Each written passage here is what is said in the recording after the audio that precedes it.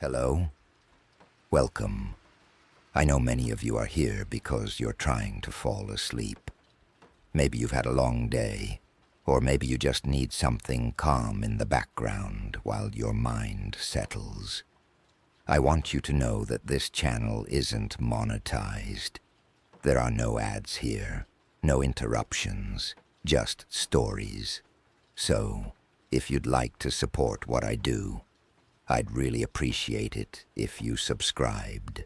And if you're comfortable, leave a comment telling me where you're watching from. I always wonder who's out there, listening in the dark. Now let me tell you about something that happened to me. It started the summer I turned 23. I'd just moved into a small apartment on the edge of town, the kind of place where rent is cheap, because nothing around it is particularly nice. The building was old, built sometime in the 70s, with thin walls and carpets that smelled faintly of mildew, no matter how much I cleaned. But it was mine, and that felt like enough. I worked nights back then, stocking shelves at a grocery store. It wasn't glamorous, but it paid the bills, and I liked the quiet. There's something peaceful about a store after closing, when all the customers are gone, and it's just you and the hum of the refrigerators.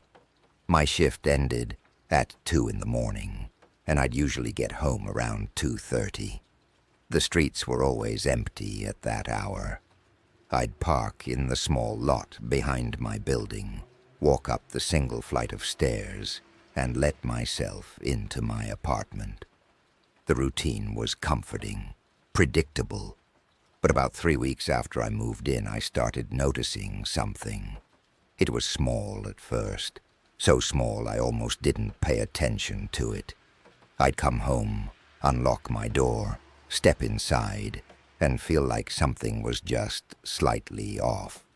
Nothing dramatic, just a feeling, like the air had been disturbed recently. Like someone had been standing in my living room moments before I arrived. I'd look around, but everything was always exactly where I left it.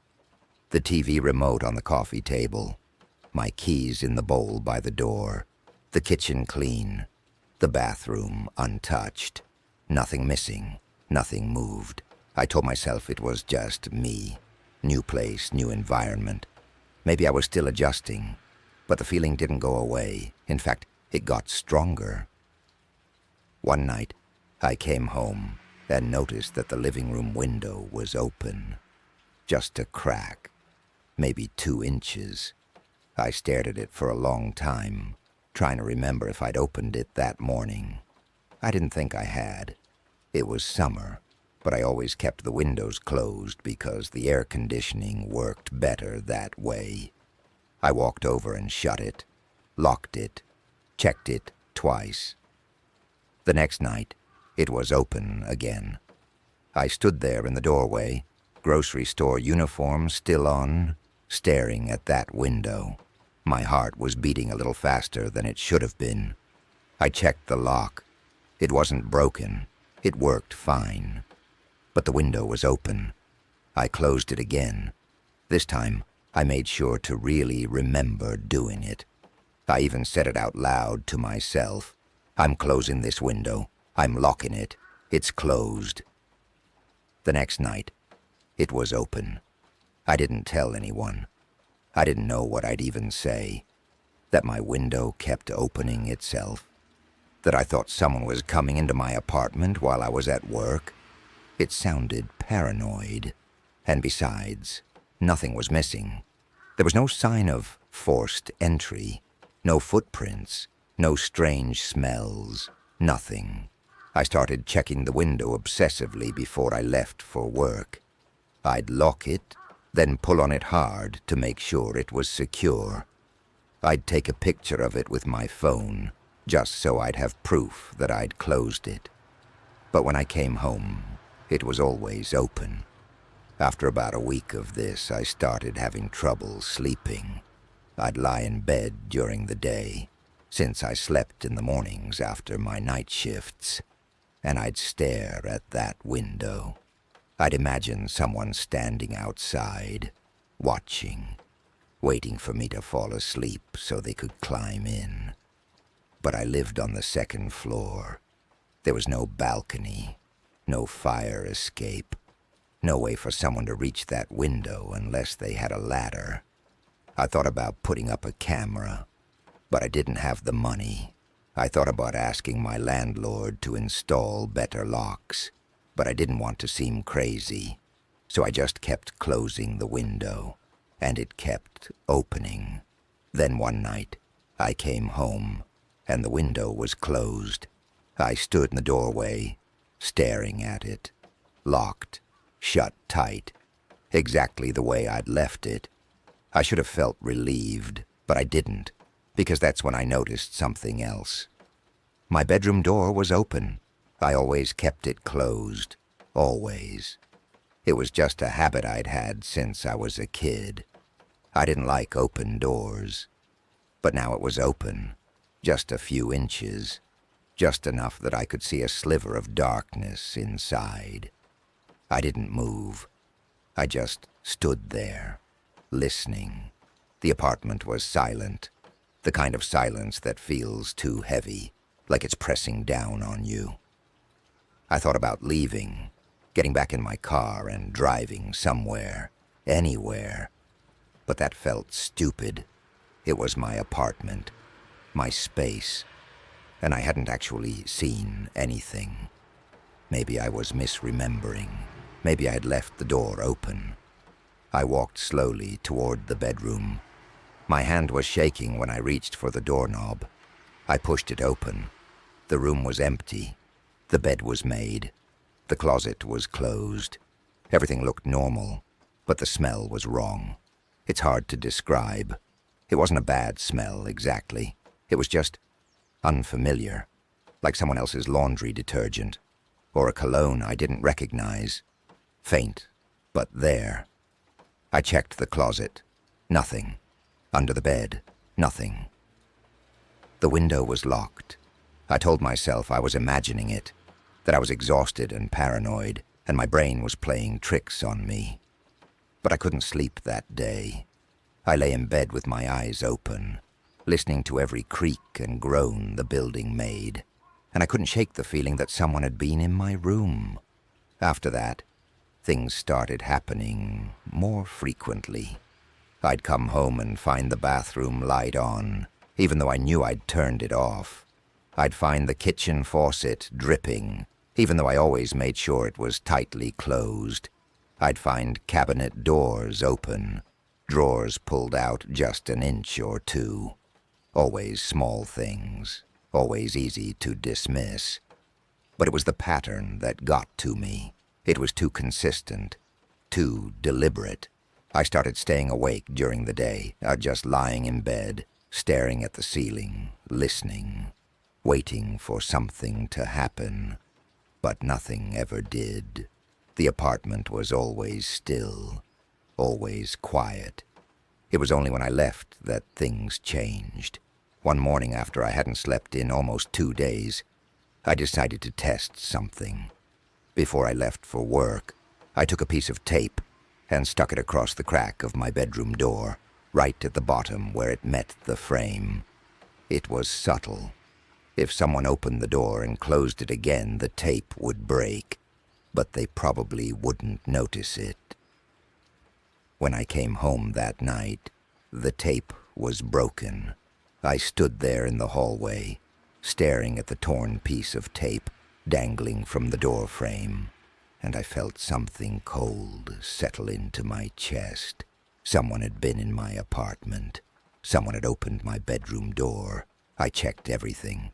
The locks, the windows, all secure. No signs of forced entry, but someone had been inside. I called the police.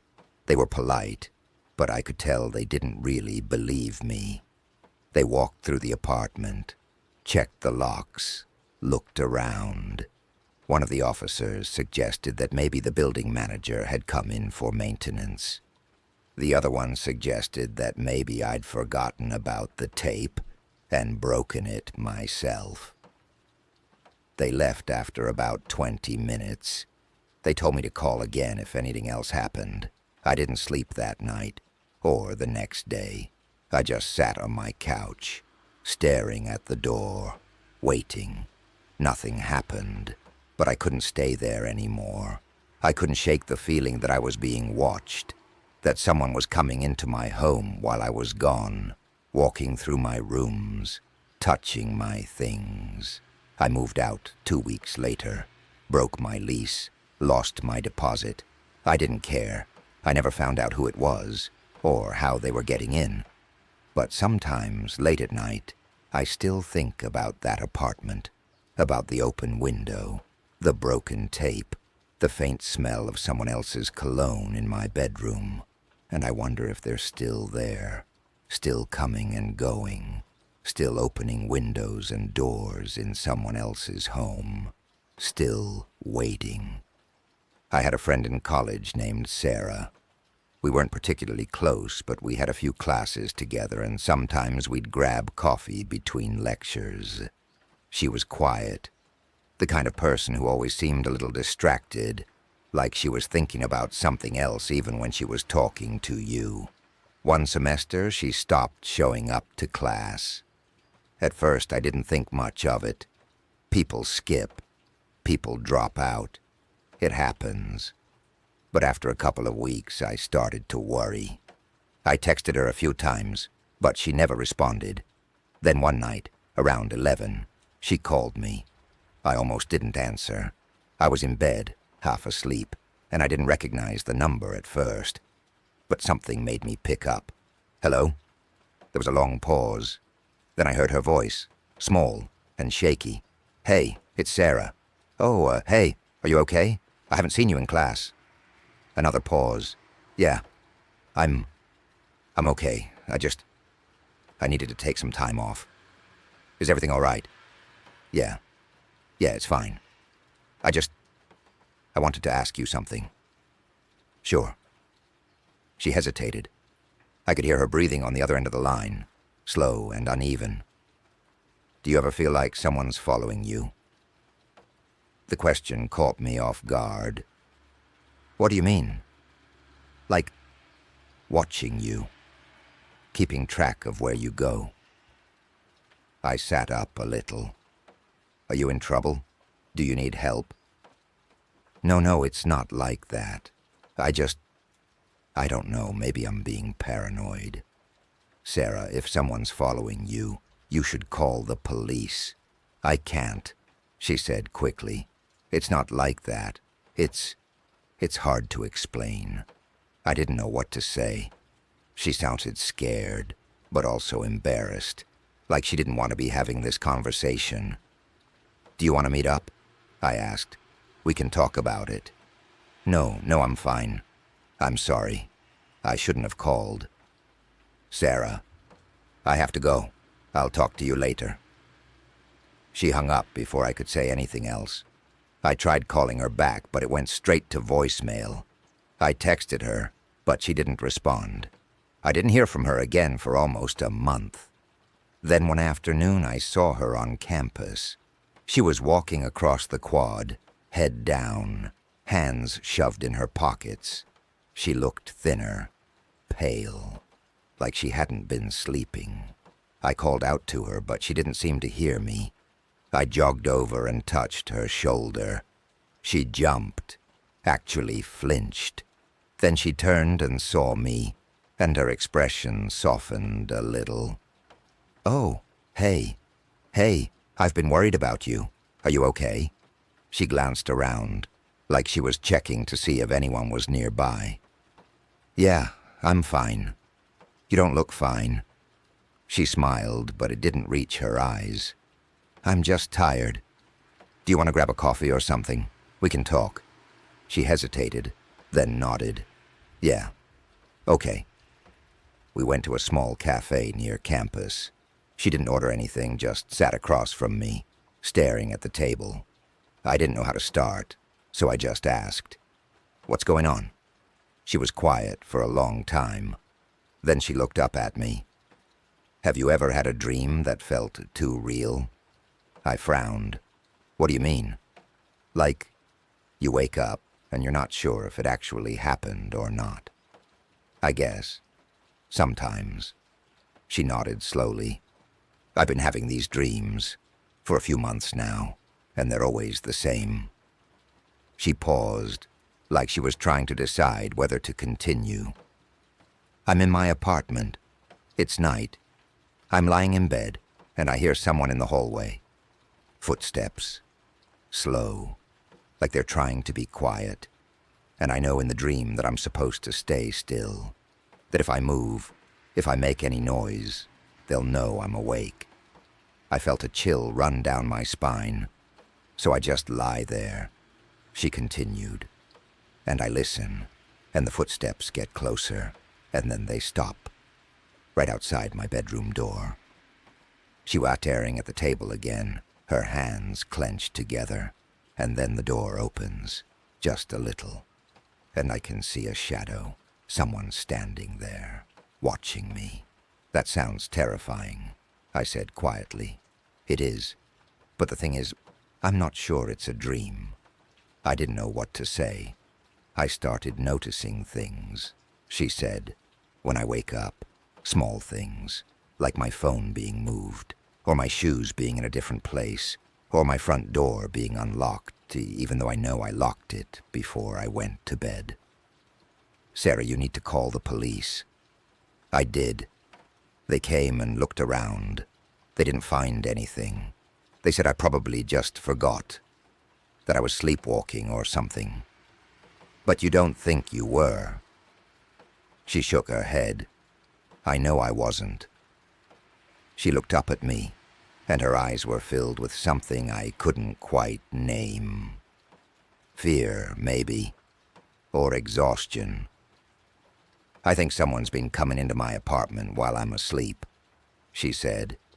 I think they've been doing it for months, and I think they know that I know. I didn't know what to say.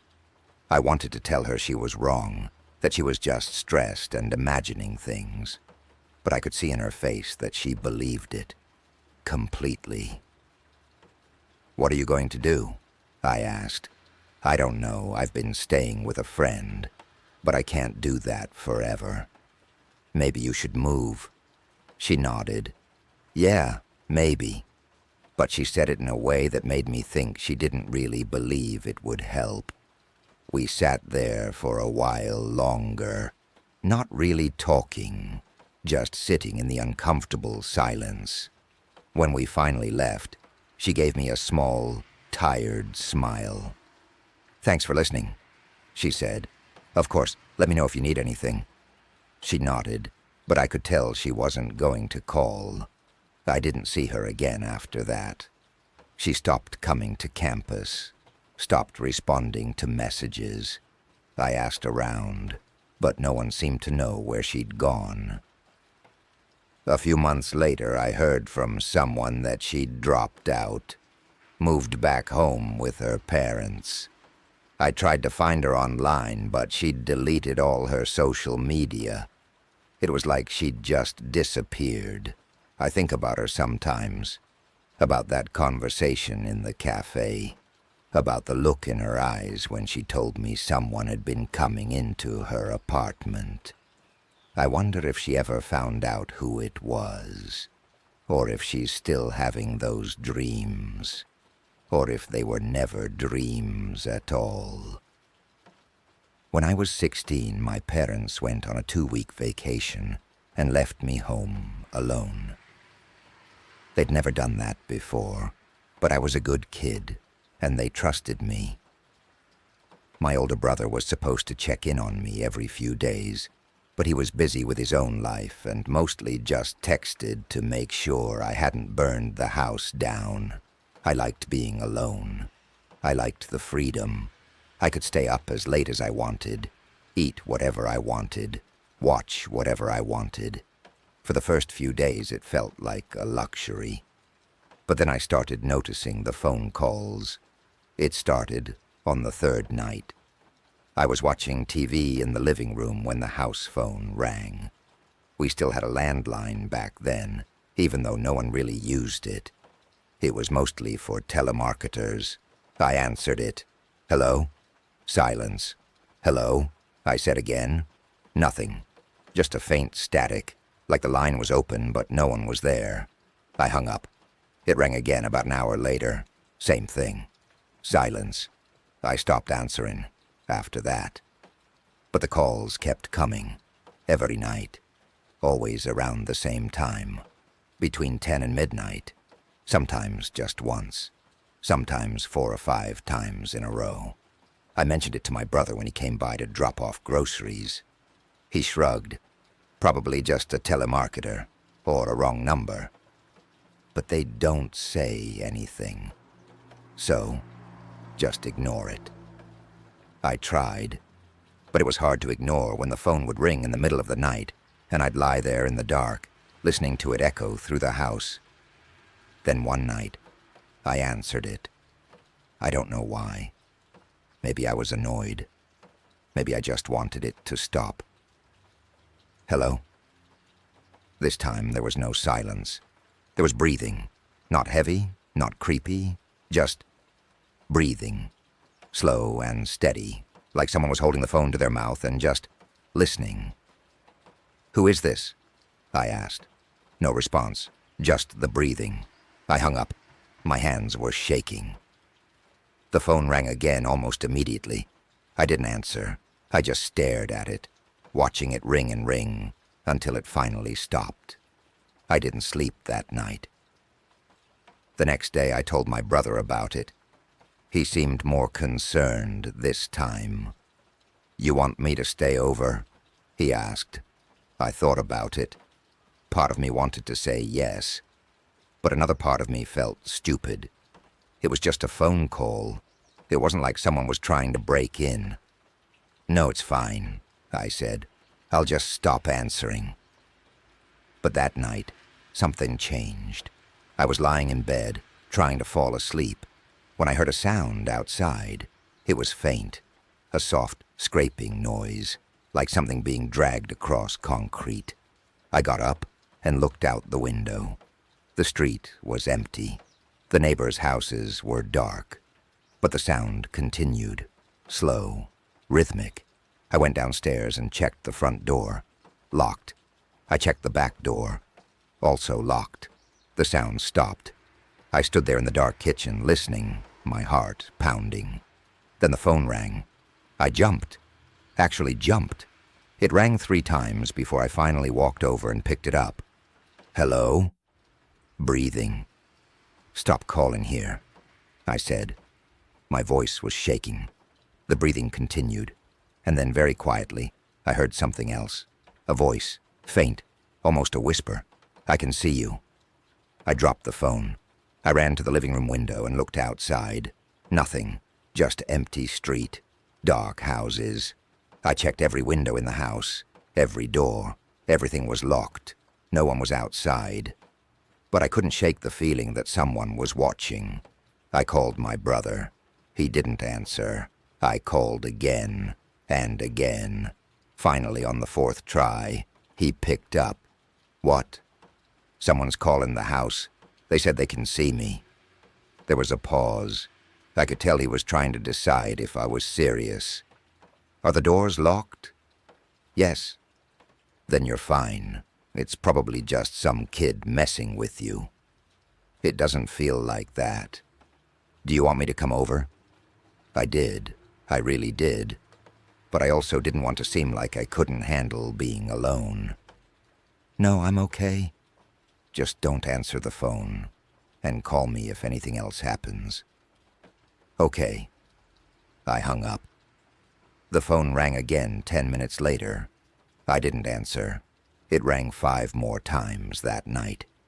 I didn't answer any of them. I didn't sleep. I just sat on the couch with all the lights on, waiting for morning. When the sun finally came up, I felt a little better. The calls seemed less frightening in the daylight. I told myself my brother was right. It was probably just some kid, some prank. But that night, it happened again. The phone rang. I didn't answer.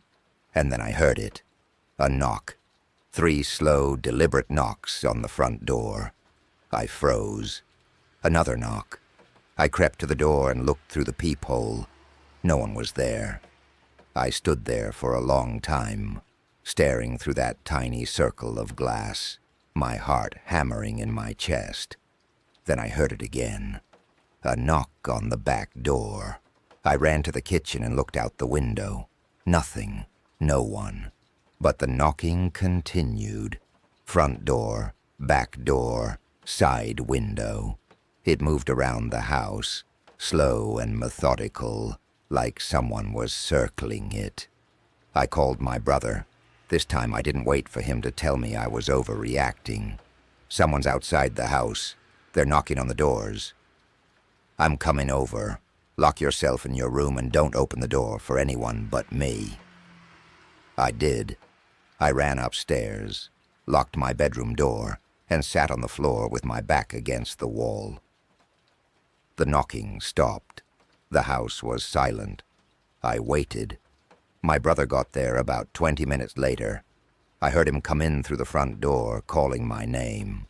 I ran downstairs. He checked the whole house, every room, every closet, every window. He even went outside and walked around with a flashlight. Nothing. No one. Maybe it was an animal, he said, or the wind.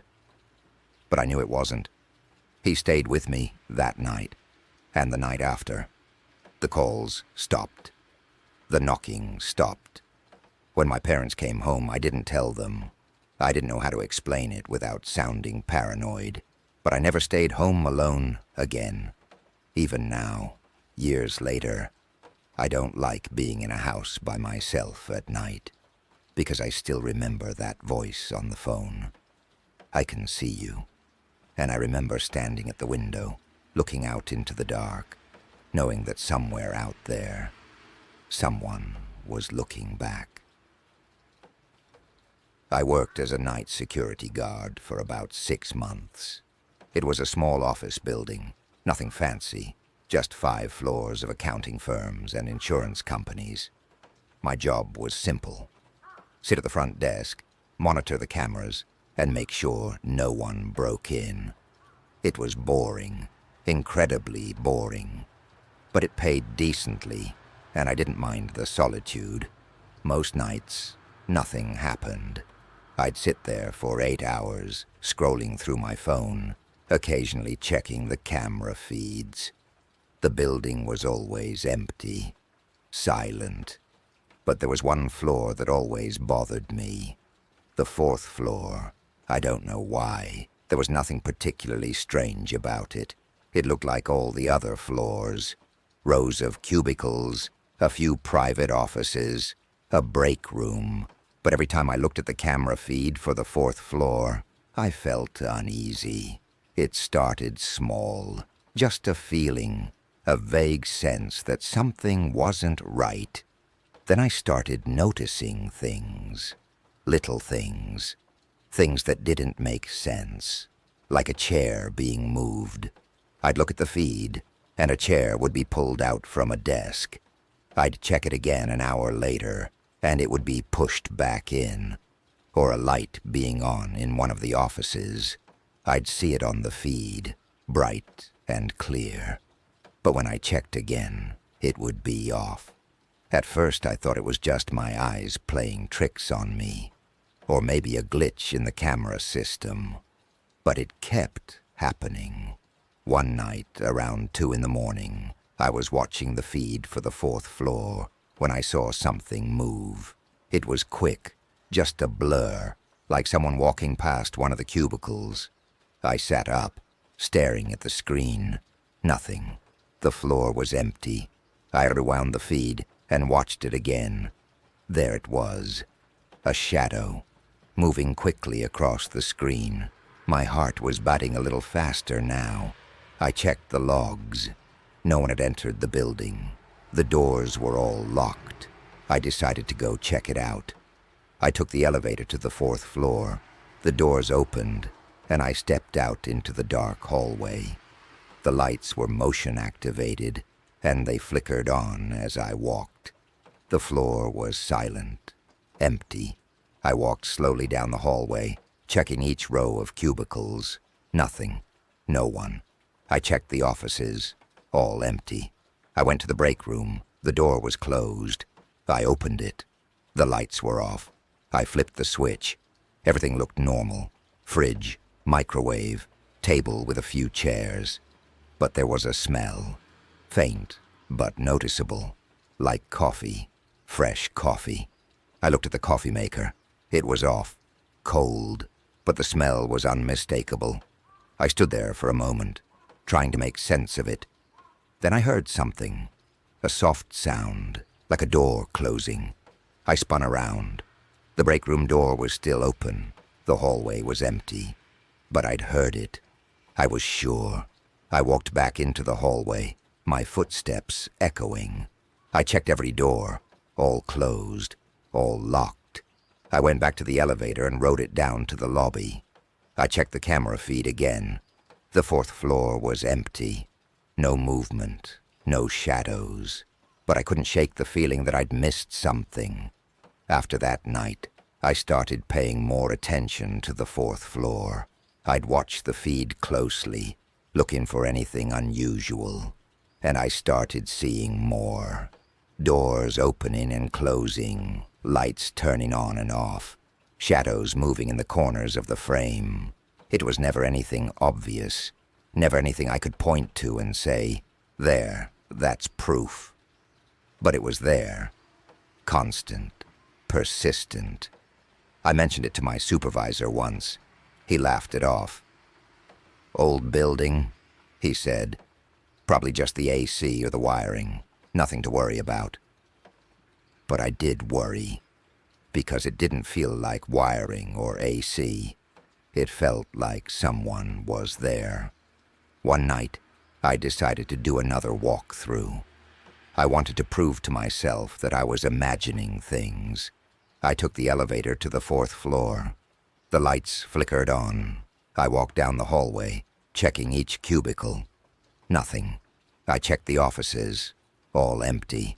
I went to the break room. The door was open this time. I stepped inside.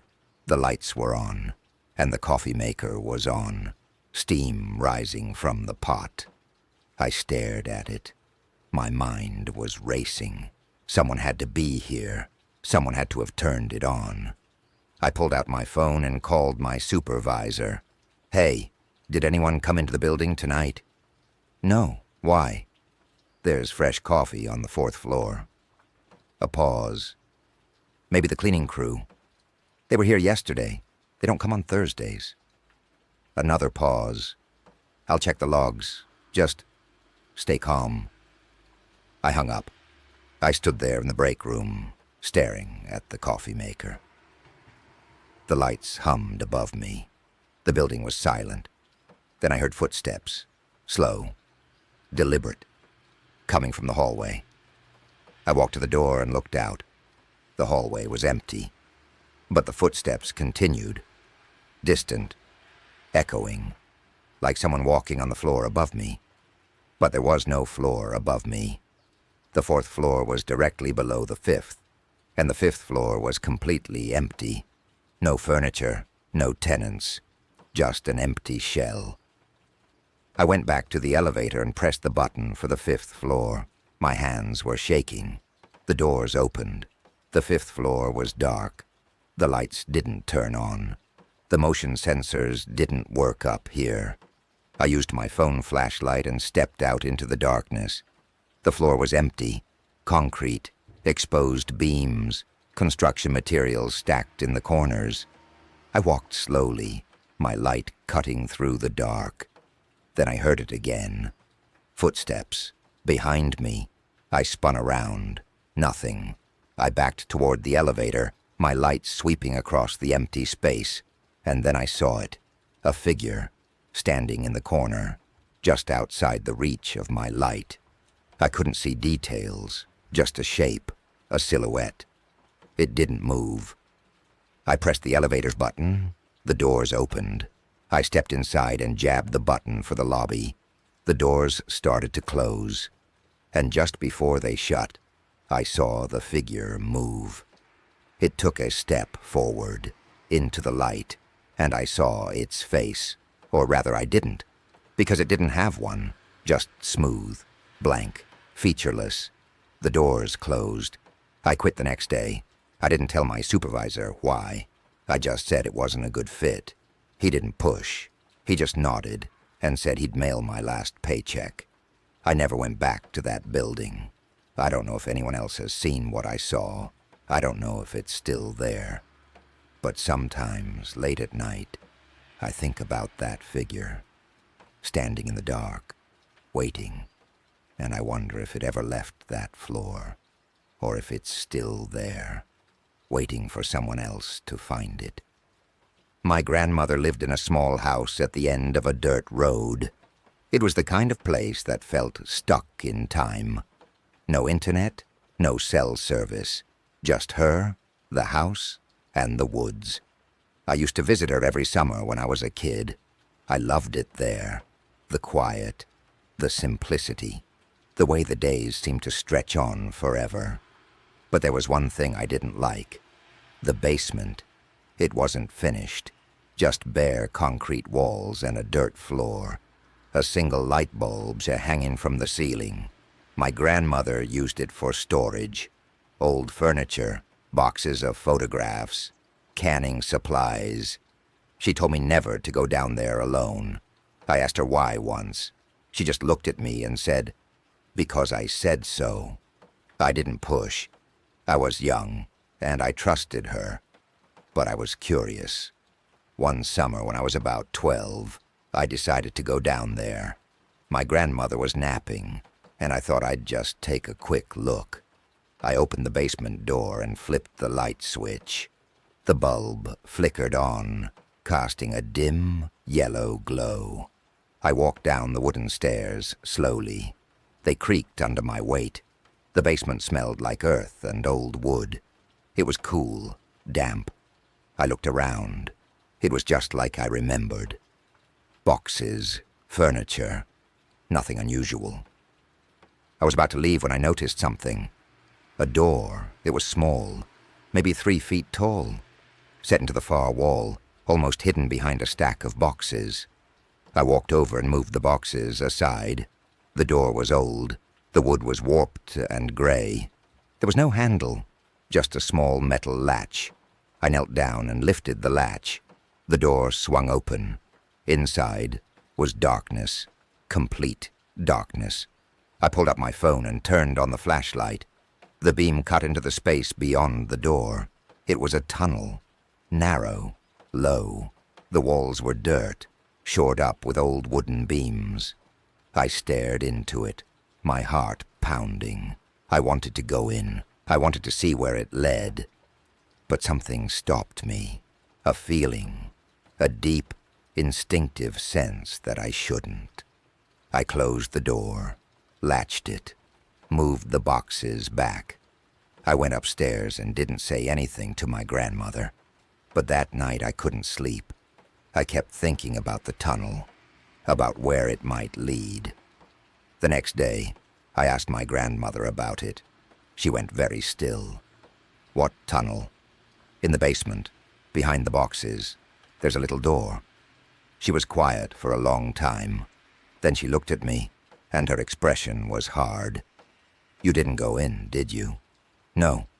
She nodded. "Good. What is it?" "It's nothing. Just an old root cellar. It's not safe. That's why I keep it blocked off." I wanted to ask more questions, but something in her tone told me not to. She never brought it up again. And I didn't go back down to the basement. But I couldn't stop thinking about it. Years later, after my grandmother passed away, I went back to the house. My parents were sorting through her things, deciding what to keep and what to sell. I went down to the basement. The door was still there, still hidden behind boxes. I moved them aside and opened it. The tunnel was still there, dark, waiting. This time I went in. I had to crouch to fit. The ceiling was low and the walls were close. My phone light barely penetrated the darkness. I crawled forward. The tunnel stretched on.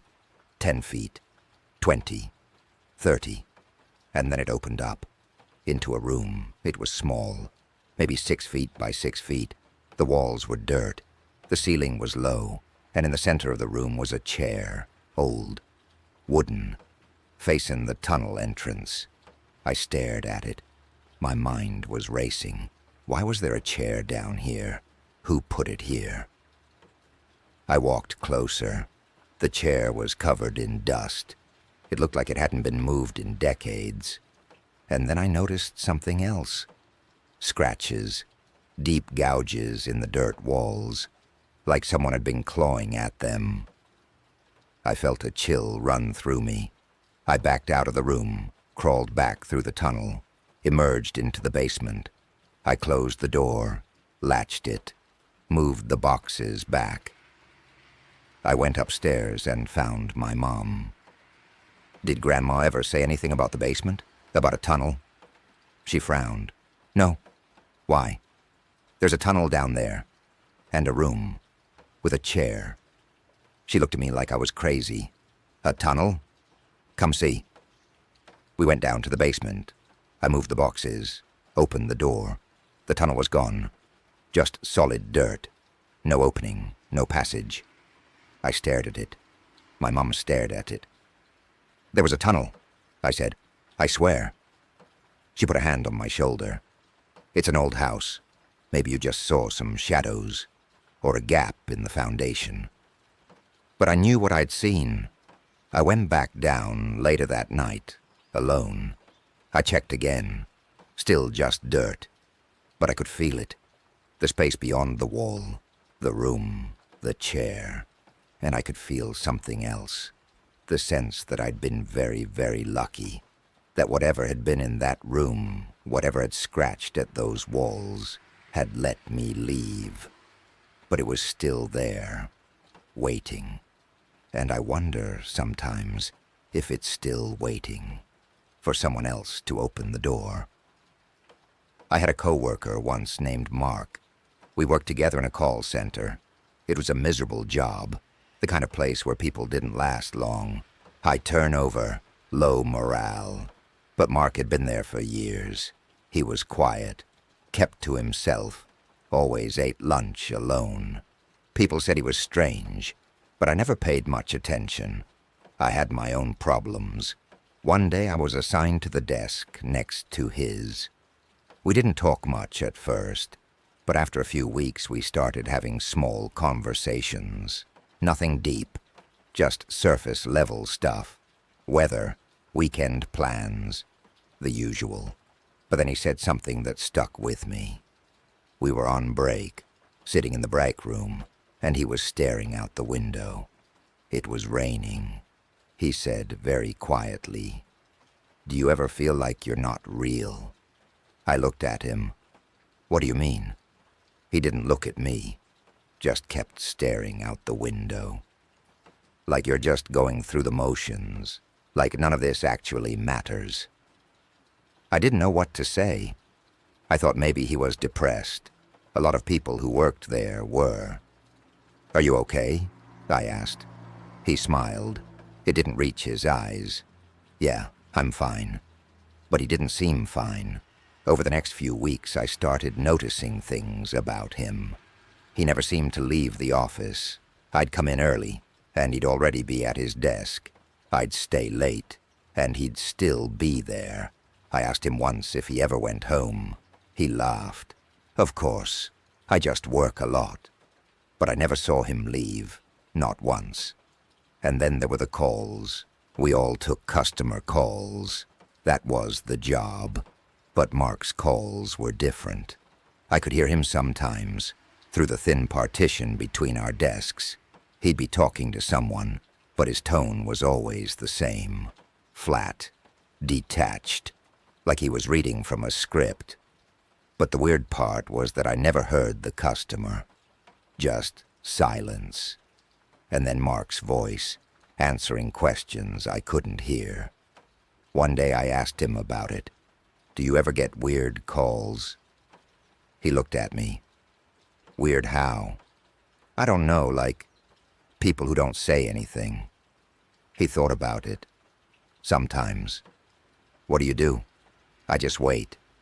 Eventually they hang up. That didn't seem right. We were supposed to end calls if the customer wasn't responsive. It was policy. But I didn't push. A few days later, I came into work and Mark wasn't at his desk. That was unusual. He was always there. I asked around, but no one had seen him.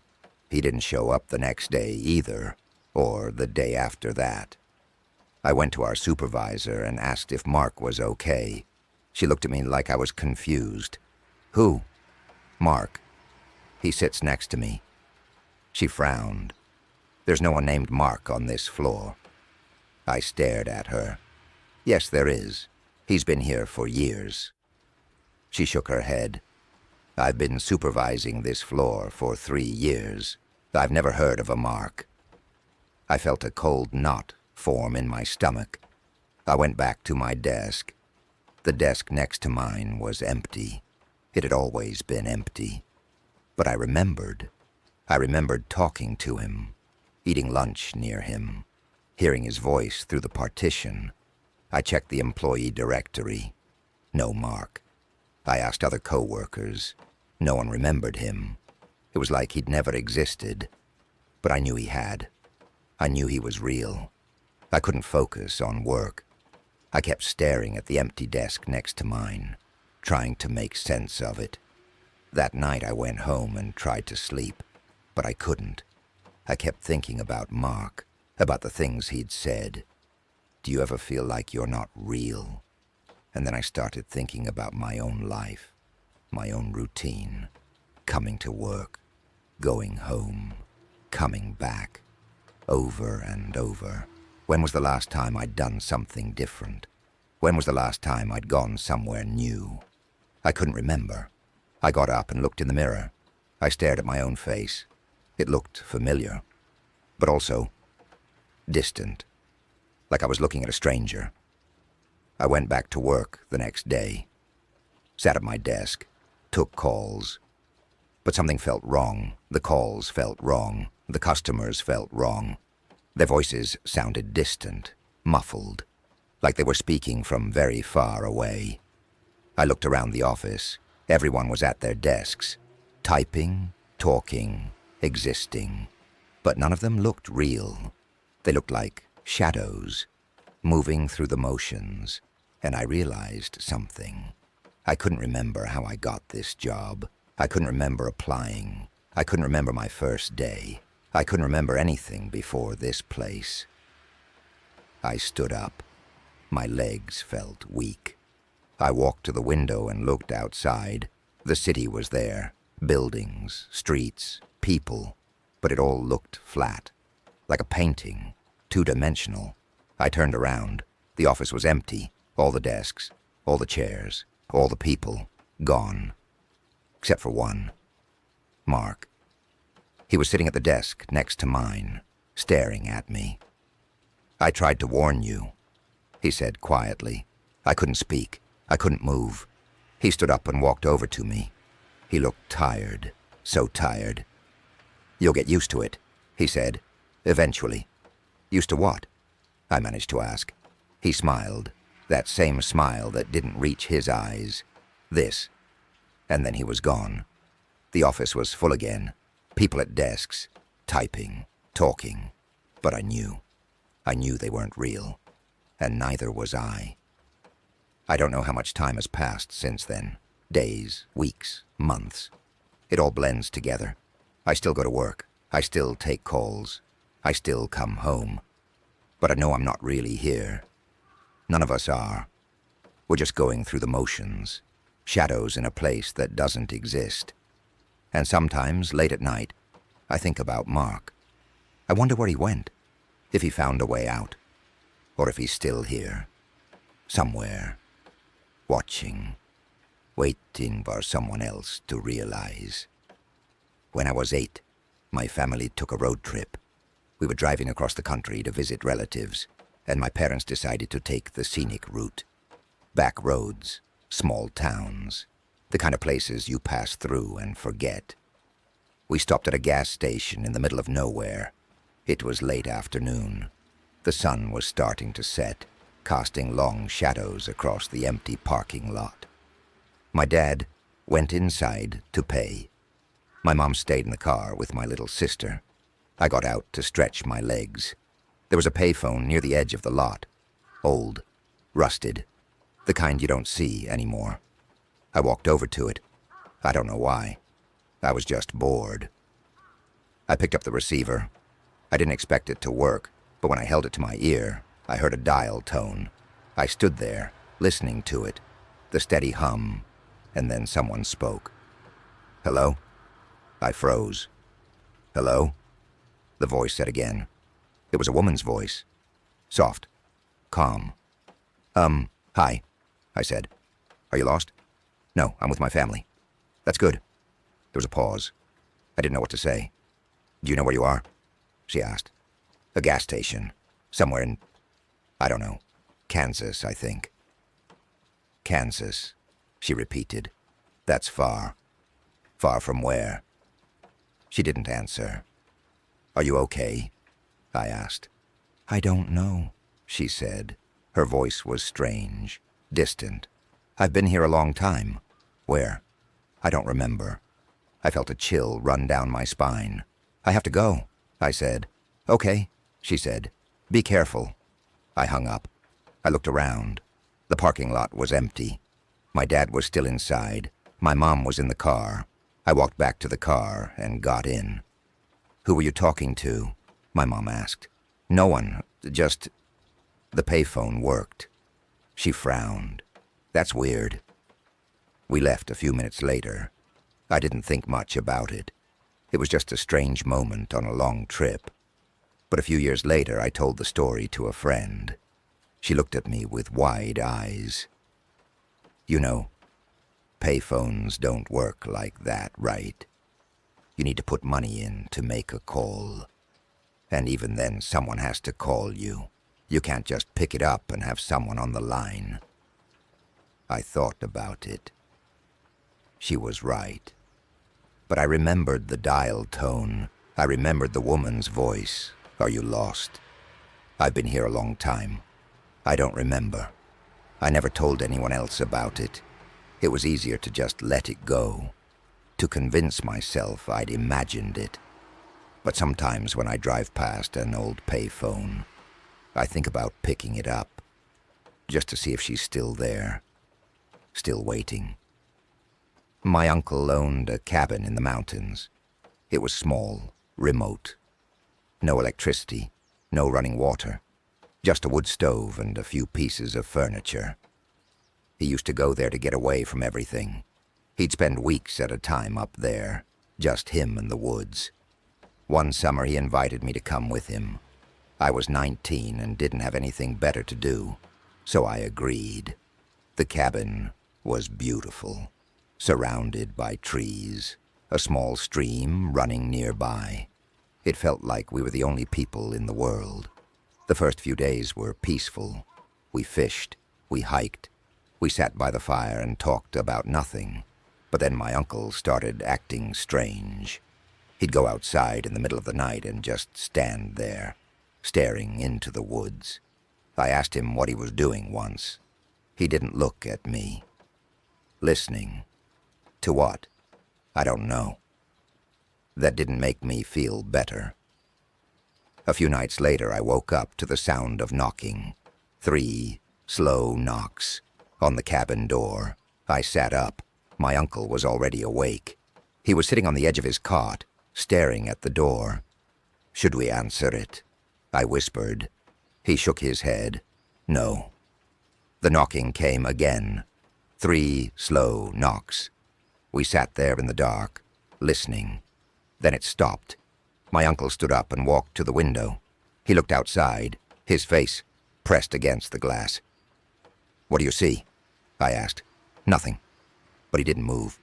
He just kept staring. The next morning I asked him who he thought it was. "I don't know," he said. "But it's happened before." "Before?" "Every time I come up here, someone knocks. I never answer." "Why not?" He looked at me.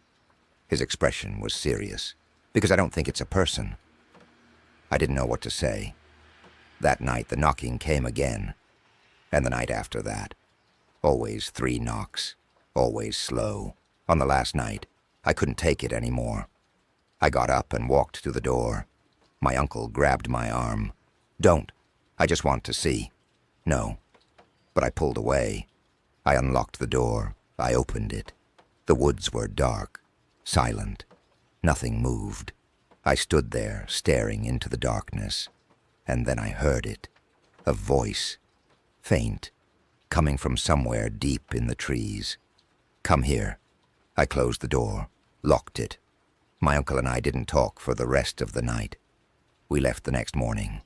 I never went back, and I never asked my uncle about it again. But I think he stopped going too, because a few years later he sold the cabin, and when I asked him why, he just said, it wasn't mine anymore. I used to walk my dog every night, same route, same time. It was relaxing, predictable. But one night, my dog stopped. We were walking past a house I'd passed 100 times before. Nothing special, just a small, 1-story home with a chain-link fence. My dog stopped at the fence and started growling. I pulled on the leash. "Come on." But he wouldn't move. He just stood there, staring at the house, his body tense. I looked at the house. The lights were off. The driveway was empty. "There's nothing there," I said. But my dog kept growling, low, constant. I finally managed to pull him away, but he kept looking back, his ears flat against his head. The next night, the same thing happened, and the night after that. I started crossing the street to avoid the house. But even from the other side, my dog would stop and stare. One night, I decided to walk by during the day, just to see if there was something about the house that was setting him off. I walked past slowly, looking closely. The yard was overgrown. The windows were dusty. It looked like no one had lived there in a while. I walked up to the fence, peered into the yard, and that's when I saw it. A dog, sitting in the middle of the yard, staring at me. It didn't move, didn't bark, just sat there. I stared back. It looked wrong, like it was sick. Its fur was patchy. Its eyes were dull. I stepped away from the fence. The dog didn't move. I went home. I didn't walk past that house again. But a few weeks later, I was driving past it during the day, and I saw something that made my stomach turn. There was no dog in the yard, but there was a collar attached to a chain, and the chain was bolted to the ground. I stopped the car, got out, walked up to the fence. The collar was old. The chain was rusted. It looked like it had been there for years, but I'd seen the dog. I was sure of it. I got back in my car and drove away. I never saw the dog again, but sometimes when I drive past that house at night, I see something sitting in the yard, just a shape, barely visible in the dark, and I don't stop to look. I had a dream once that I couldn't shake. I was walking through a house. It was dark. The walls were bare. The floors creaked under my feet. I knew I was looking for something, but I didn't know what. I walked from room to room. Each one was empty, just bare walls and shadows. And then I came to a door at the end of a hallway. It was closed.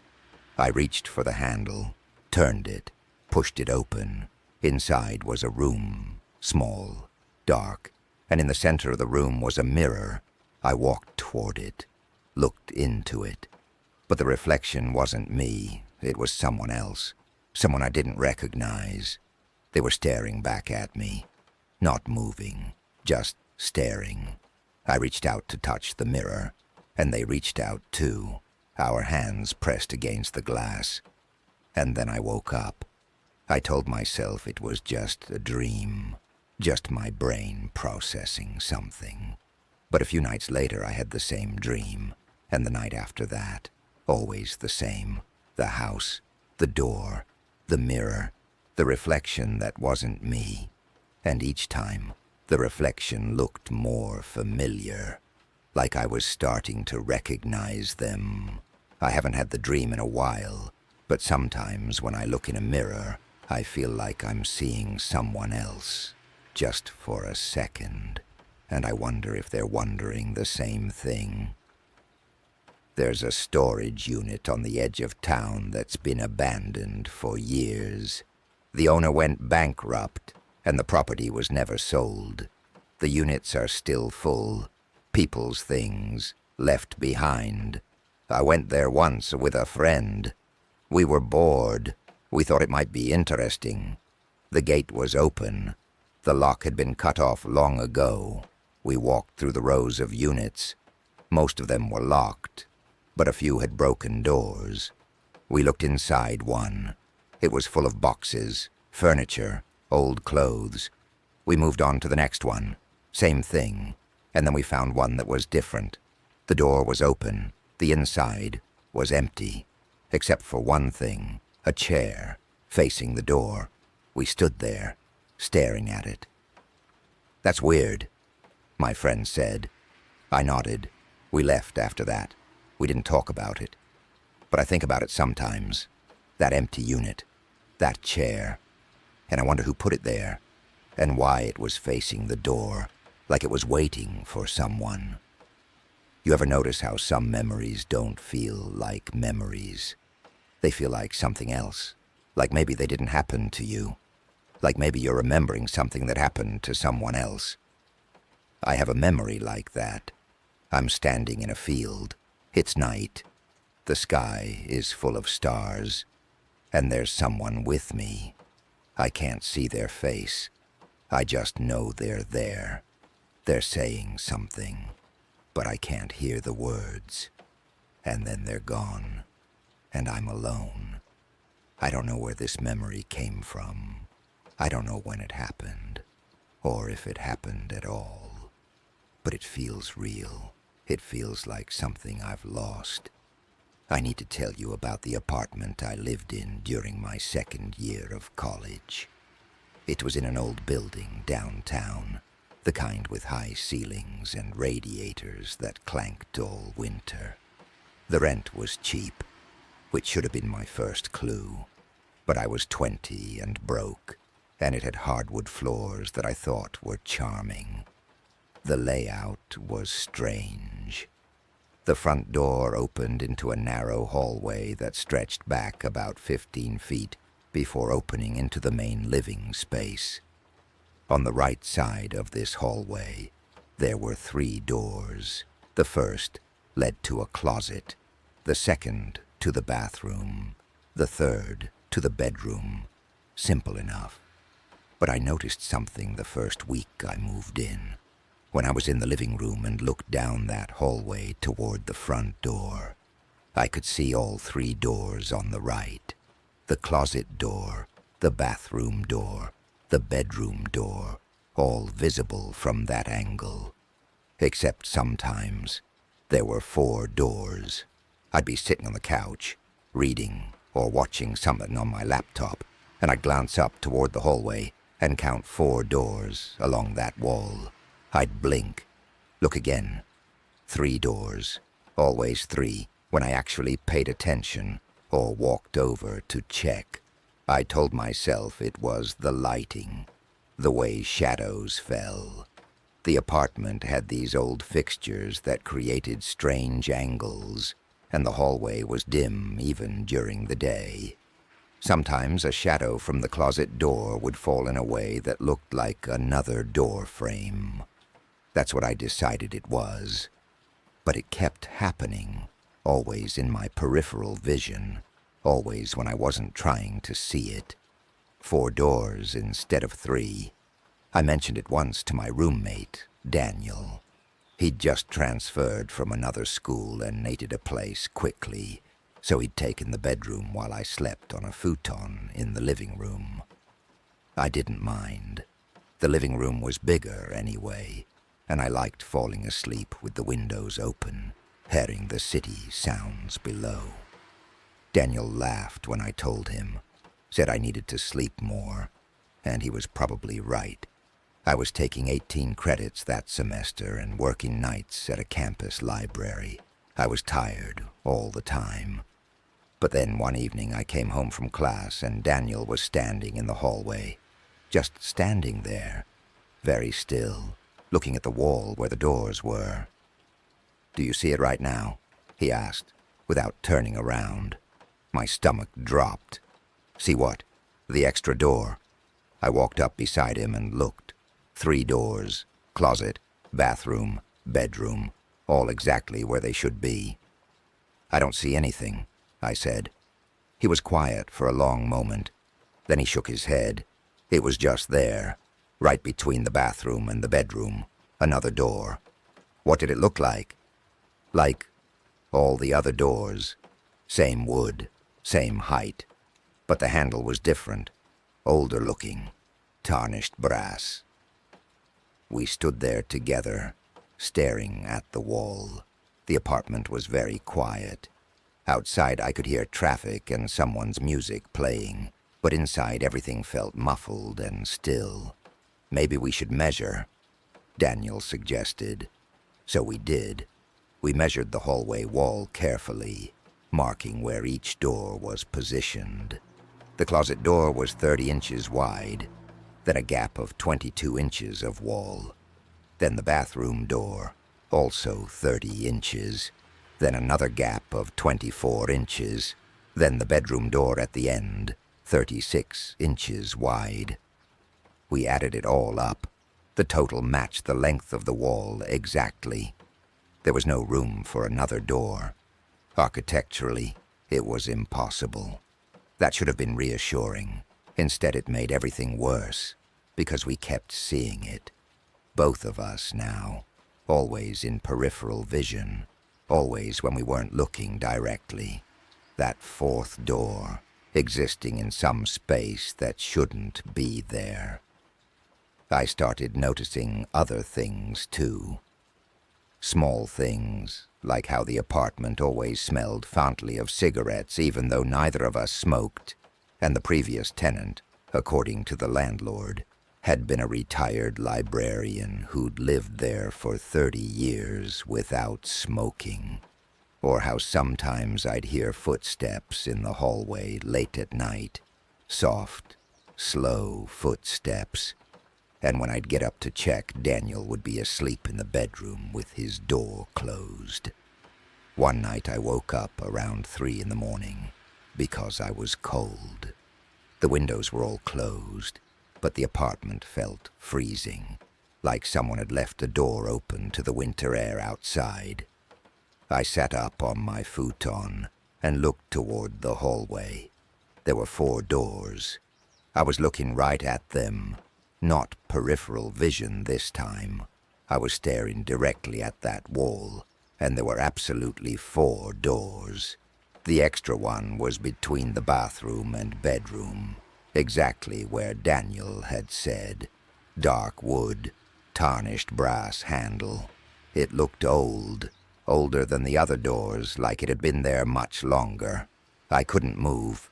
I sat there on my futon with my blanket pulled up to my chest, staring at that impossible door, and I couldn't make myself look away or close my eyes or do anything at all. The handle started to turn, very slowly, just a few degrees at first, then more. Someone was opening it from the other side.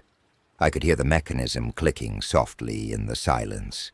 The door opened about 6 inches. There was darkness beyond it, but not the darkness of an unlit room. This was thicker, more complete, the kind of darkness that seems to have weight and texture. And then someone looked out at me. I couldn't see them clearly. They were part of the darkness or standing in it, but I knew they were looking directly at me. I could feel their attention like pressure against my face. We stayed like that for a long time. Me on the futon, frozen. Them in the doorway, watching. Then they stepped back, and the door closed softly, and when I blinked, there were 3 doors again. Just 3. The hallway looked completely normal. I didn't sleep the rest of that night. I sat up until dawn, with all the lights on, and when Daniel got up for his early class, I told him we needed to move. He didn't argue. He'd been thinking the same thing, he said. He'd been having dreams about the hallway, about walking down it and passing the closet door and the bathroom door and the bedroom door, and then coming to another door at the end that shouldn't exist, and in the dreams he'd open it and... He stopped talking and shook his head. "We need to leave," he agreed. We broke our lease that week, paid the penalty fee. The landlord was annoyed but not surprised, which bothered me more than it should have, like he'd expected it. Before we left, I asked him about the previous tenant, the retired librarian who'd supposedly lived there for 30 years. He looked at me for a moment, then corrected himself. "Sorry, no, I was thinking of a different unit. The previous tenant here only stayed 4 months. What about before that? Another short stay, few months. And before that?" He made an excuse and walked away. I tried to look up the building's history later, but couldn't find much. It was built in 1927, changed ownership several times. That was all the public records showed. But I did find one thing, a newspaper article from 1931 about a man who disappeared from an apartment in that building. His name was Thomas Brenner. He was a bookkeeper. His neighbors reported hearing him moving around in his apartment one evening. They could hear his footsteps in the hallway, but when his employer came looking for him the next day because he hadn't shown up for work, the apartment was empty, completely empty, not just of Thomas Brenner, but of all his belongings, his furniture, his clothes, his books, everything, like no one had ever lived there at all. The police investigated but found no evidence of foul play, no signs of forced entry or struggle. The man had simply vanished, along with every trace of his existence. The article didn't specify which apartment number, but the building only had 6 units, and I knew which one I'd been living in. I don't live in that city anymore. I graduated and moved across the country for work. But sometimes, late at night, when I'm almost asleep, I think about that hallway, about the door that shouldn't exist, about the darkness beyond it, and the thing that looked out at me. And I wonder if Thomas Brenner opened that door, if he walked through it into that impossible space, if he's still there, in whatever place exists behind that 4th door, in the gaps between the architecture of the real world. I wonder if anyone else has lived in that apartment since Daniel and I left. How long they stayed, if they saw the door too, if they were smart enough not to open it. There's something I need to tell you about my grandmother's house, but I'm not sure I can explain it in a way that makes sense. I'll try. My grandmother lived alone in a small house at the end of a rural road in Pennsylvania. My grandfather had died when I was very young, and she'd stayed in that house by herself for 20 years after. She was independent and sharp and didn't want to move to a retirement community or come live with any of her children. We visited her regularly. My parents and I would drive up once a month, stay for dinner, help with anything she needed around the property. The house was old but well maintained. 2 stories, white paint, green shutters, a big oak tree in the front yard, a garden in the back where she grew tomatoes and herbs. It was the kind of place that shows up in paintings of rural America, wholesome and peaceful and entirely normal.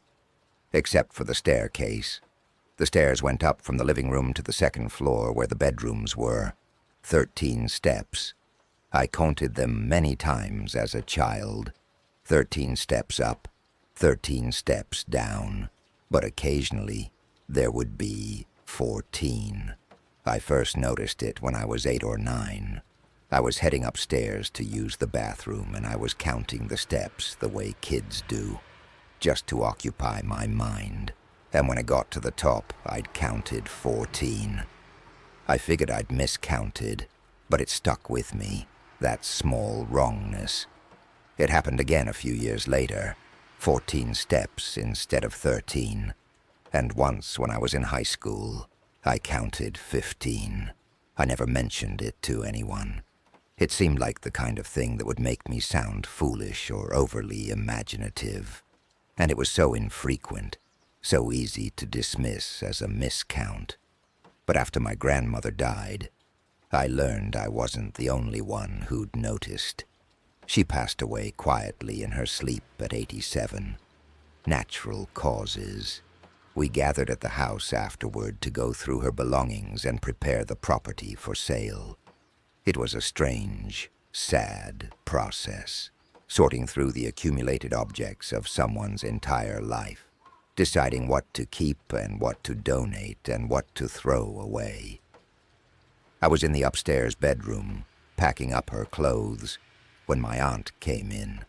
She stood in the doorway for a moment, looking tired and red-eyed, then said, "Did you ever notice anything strange about the stairs?" I stopped folding the sweater in my hands. "What do you mean?" "The number of steps. Did you ever count them?" My skin prickled. Sometimes there were more than there should be. She nodded slowly. "Your grandmother told me about it once, years ago. I thought she was getting confused, maybe early dementia, but she was very clear. She said sometimes the stairs added steps, and when they did, she knew someone was in the house." "Someone?" "She never said who, just someone. She told me that when the stairs were wrong, I shouldn't go up or down them. I should wait until they were normal again." We stood there in that bedroom, surrounded by cardboard boxes and the faint smell of my grandmother's lavender sachets, and I felt very cold. "Did you ever count them yourself?" I asked. "Once. I got 14. I was staying here overnight, helping her after she had that surgery on her hip. I got up in the middle of the night to get water, and I counted the steps down. 14. I stood at the bottom in the living room, and I felt, I don't know how to describe it, like someone was standing at the top of the stairs looking down at me. I couldn't see anyone. The upstairs was dark, but I knew someone was there." "What did you do?"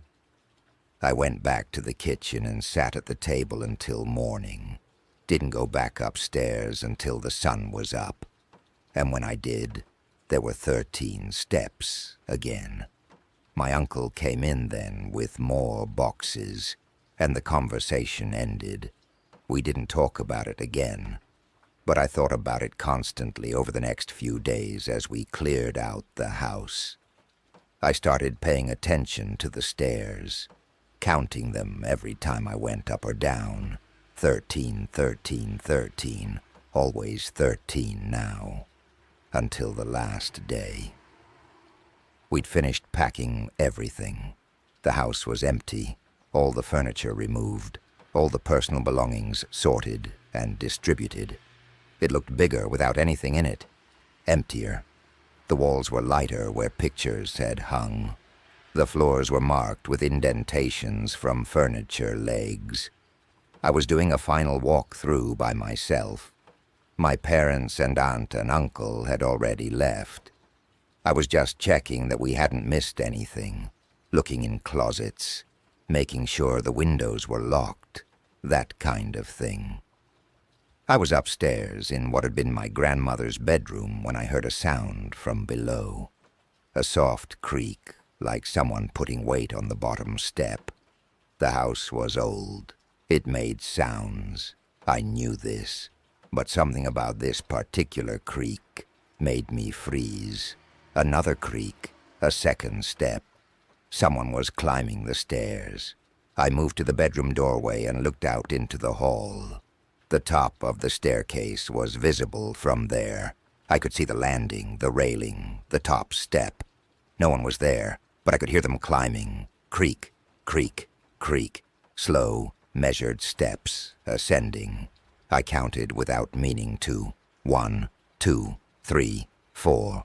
My rational mind was screaming at me that old houses settle, that wood expands and contracts, so that there were 100 normal explanations for creaking sounds.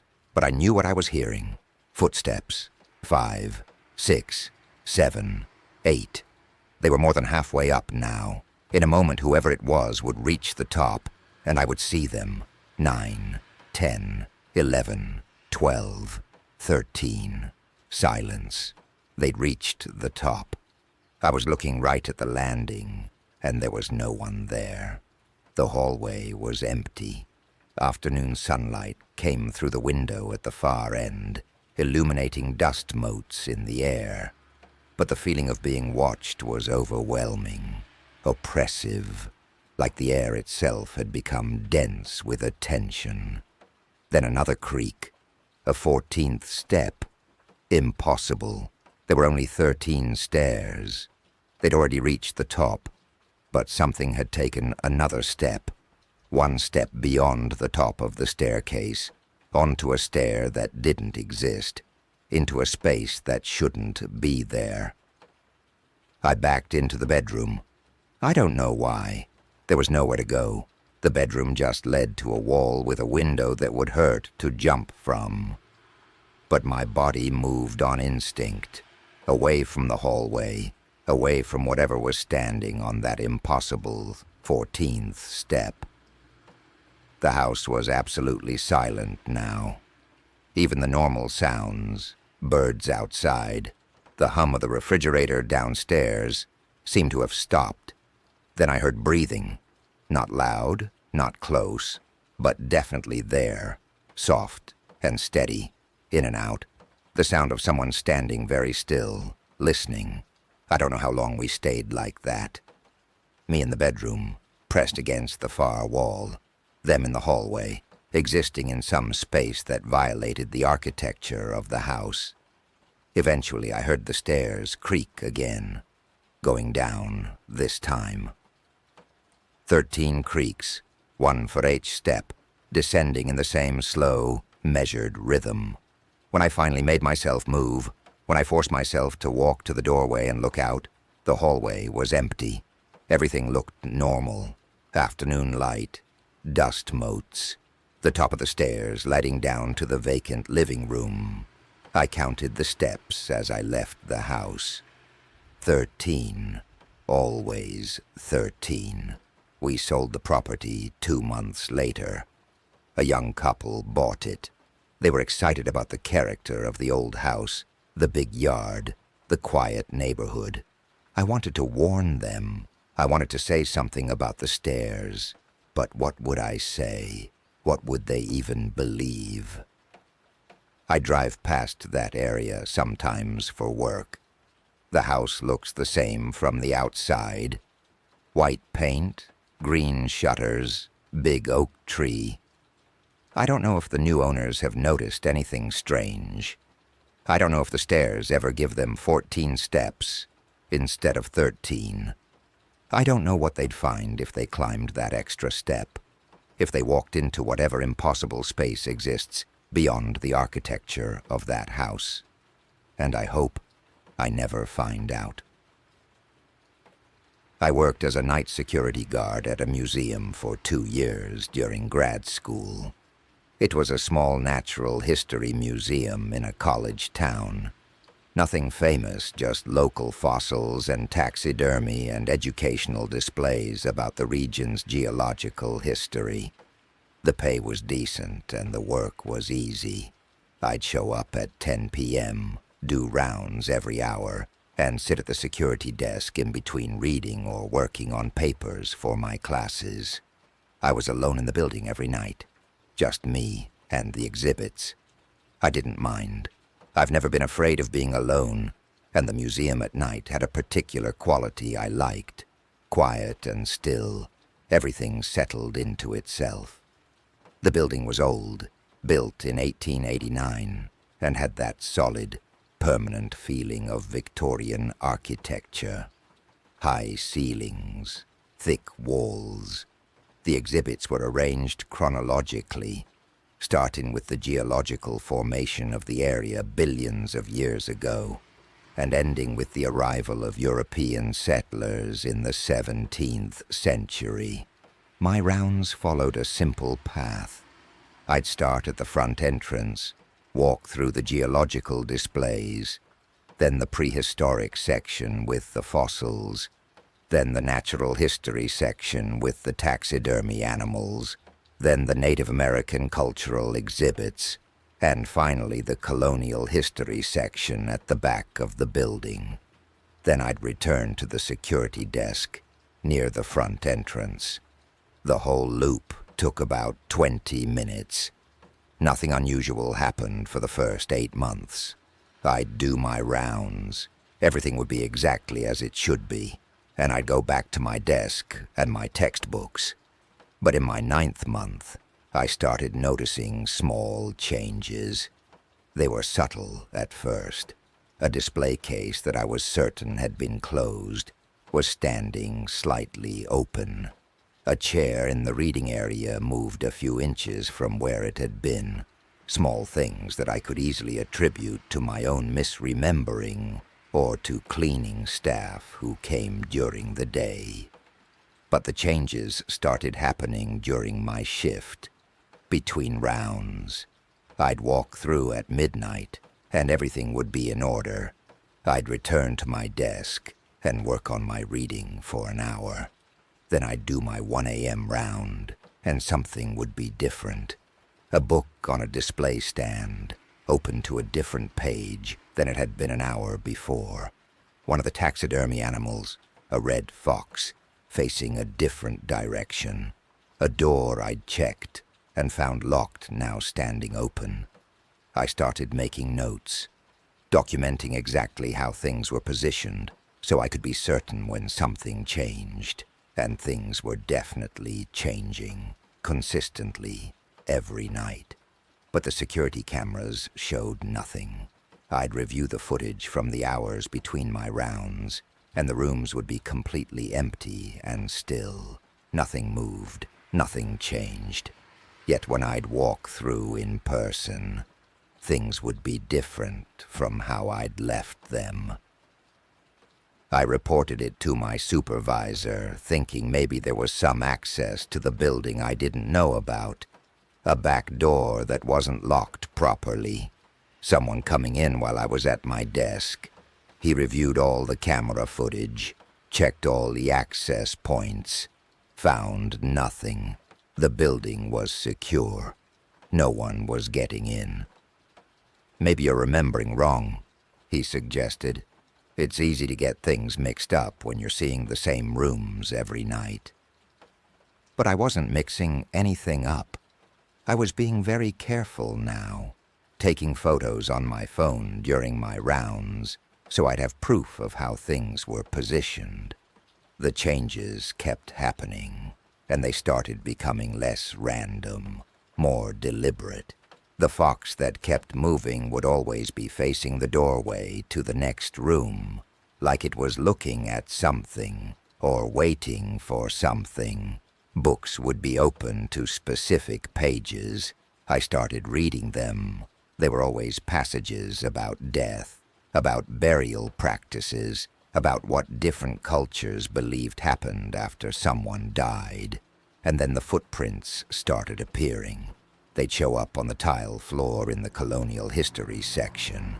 Small footprints, like a child's. I'd clean them up during my rounds, but they'd be back the next night. Always in the same area, always the same size. The footprints were just dust, my supervisor said when I showed him photos.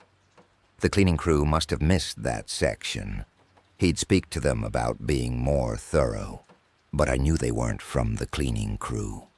The footprints appeared during my shift, between rounds, in a locked building where the security cameras showed no one but me. I started dreading the 1 a.m. round.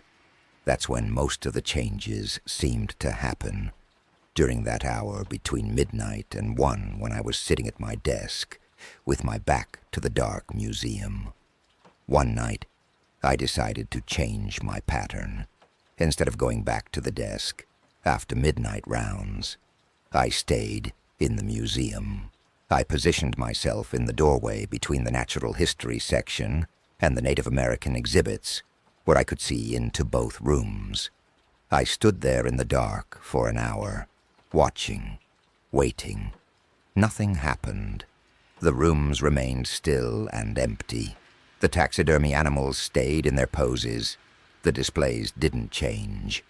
But I felt watched. The entire hour I felt intensely, undeniably watched, like dozens of eyes were on me from all directions. My skin crawled with it. The feeling got worse and worse until I couldn't stand it anymore, and I retreated back to my desk. When I did my 1 a.m. round, everything had changed. Not just small things this time. Big, obvious changes. Every single book in the colonial section was on the floor, spread open, pages down, like someone had swept them all off the shelves in rage. All the display cases in the Native American section were standing open, every single one. And in the natural history room, all the taxidermy animals had been moved. They were arranged in a circle in the center of the room, all facing inward, looking at the empty space in the middle. My hands were shaking as I took photos. This wasn't subtle anymore. This was impossible to dismiss. I called my supervisor, woke him up at 1:30 in the morning, told him he needed to come see this. He arrived 20 minutes later. I waited by the front entrance, not wanting to be in the museum alone with everything so wrong. But when we walked through together, everything was back to normal. The books were on their shelves. The display cases were closed. The animals were in their usual positions, mounted on walls or in dioramas, not arranged in any circle. He looked at me like I was losing my mind. "Maybe you need a break," he said. "How much have you been sleeping?" I showed him the photos on my phone, time-stamped, taken less than 30 minutes ago. He looked at them for a long time. The books on the floor, the circle of animals. Then he looked around at the current room where everything was normal. "I don't know what to tell you," he said finally. "The museum looks fine now." After he left, I sat at my desk until morning, not doing any more rounds. I stared at the photos on my phone and tried to make sense of what was happening. The only explanation I could think of was that I was hallucinating, that the stress of grad school and working nights was making me see things that weren't real.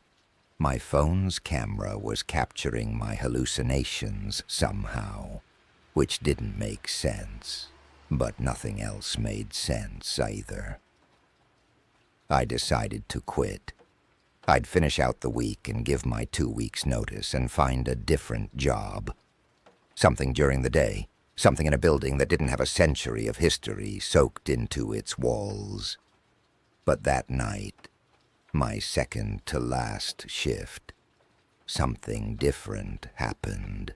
I was doing my midnight round when I saw the child. She was standing in the Native American exhibit section, in front of a display about burial practices.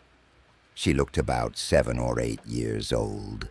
She wore a white nightgown, and her hair was long and dark and hung down her back. She was looking at the display. Her face was very close to the glass. like she was reading the information placard. I stopped walking. My breath caught in my throat. She turned and looked at me. Her face was wrong. I can't describe it better than that. The features were a child's features. Small nose, round cheeks, wide eyes. But they were arranged in a way that wasn't quite right. Like someone had described a human face but had never actually seen one and was working from the description alone. We looked at each other. She didn't move, didn't blink, just stared at me with those wrong eyes. Then she smiled, and her smile was too wide and had too many teeth. I ran. I'm not proud of it, but I ran. I ran back to the security desk and I grabbed my bag and I left the building. I sat in my car in the parking lot, with the doors locked until the sun came up. I didn't go back.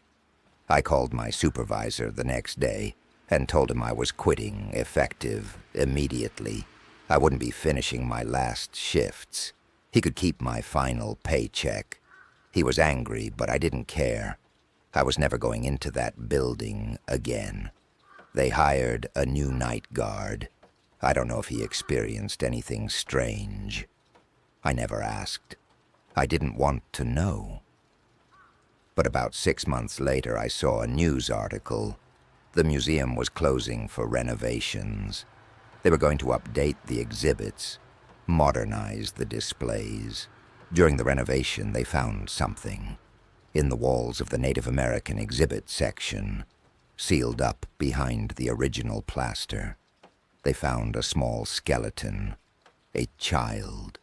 The article said it was likely from the 1800s, based on the materials found with it. The child had been buried or hidden in the walls when the museum was built. The article speculated it might have been a child of one of the construction workers who died during the building's construction and had been interred there, though that seemed unlikely. More probably it was related to the land the museum was built on, which had been a settlement area for indigenous peoples hundreds of years earlier. The skeleton was removed and given to the state archaeologist for analysis. I wondered if the disturbances at the museum stopped after that, if the new night guard stopped noticing things moving, if the building finally felt settled, or if removing the skeleton made things worse. I don't live in that town anymore. I finished grad school and moved away, but sometimes I look up the museum online just to see if it's still there, still operating. It is. It reopened after the renovations with updated exhibits and better lighting. The website looks professional. There are photos of field trip groups and summer camp programs. Everything looks normal and educational and appropriate for children.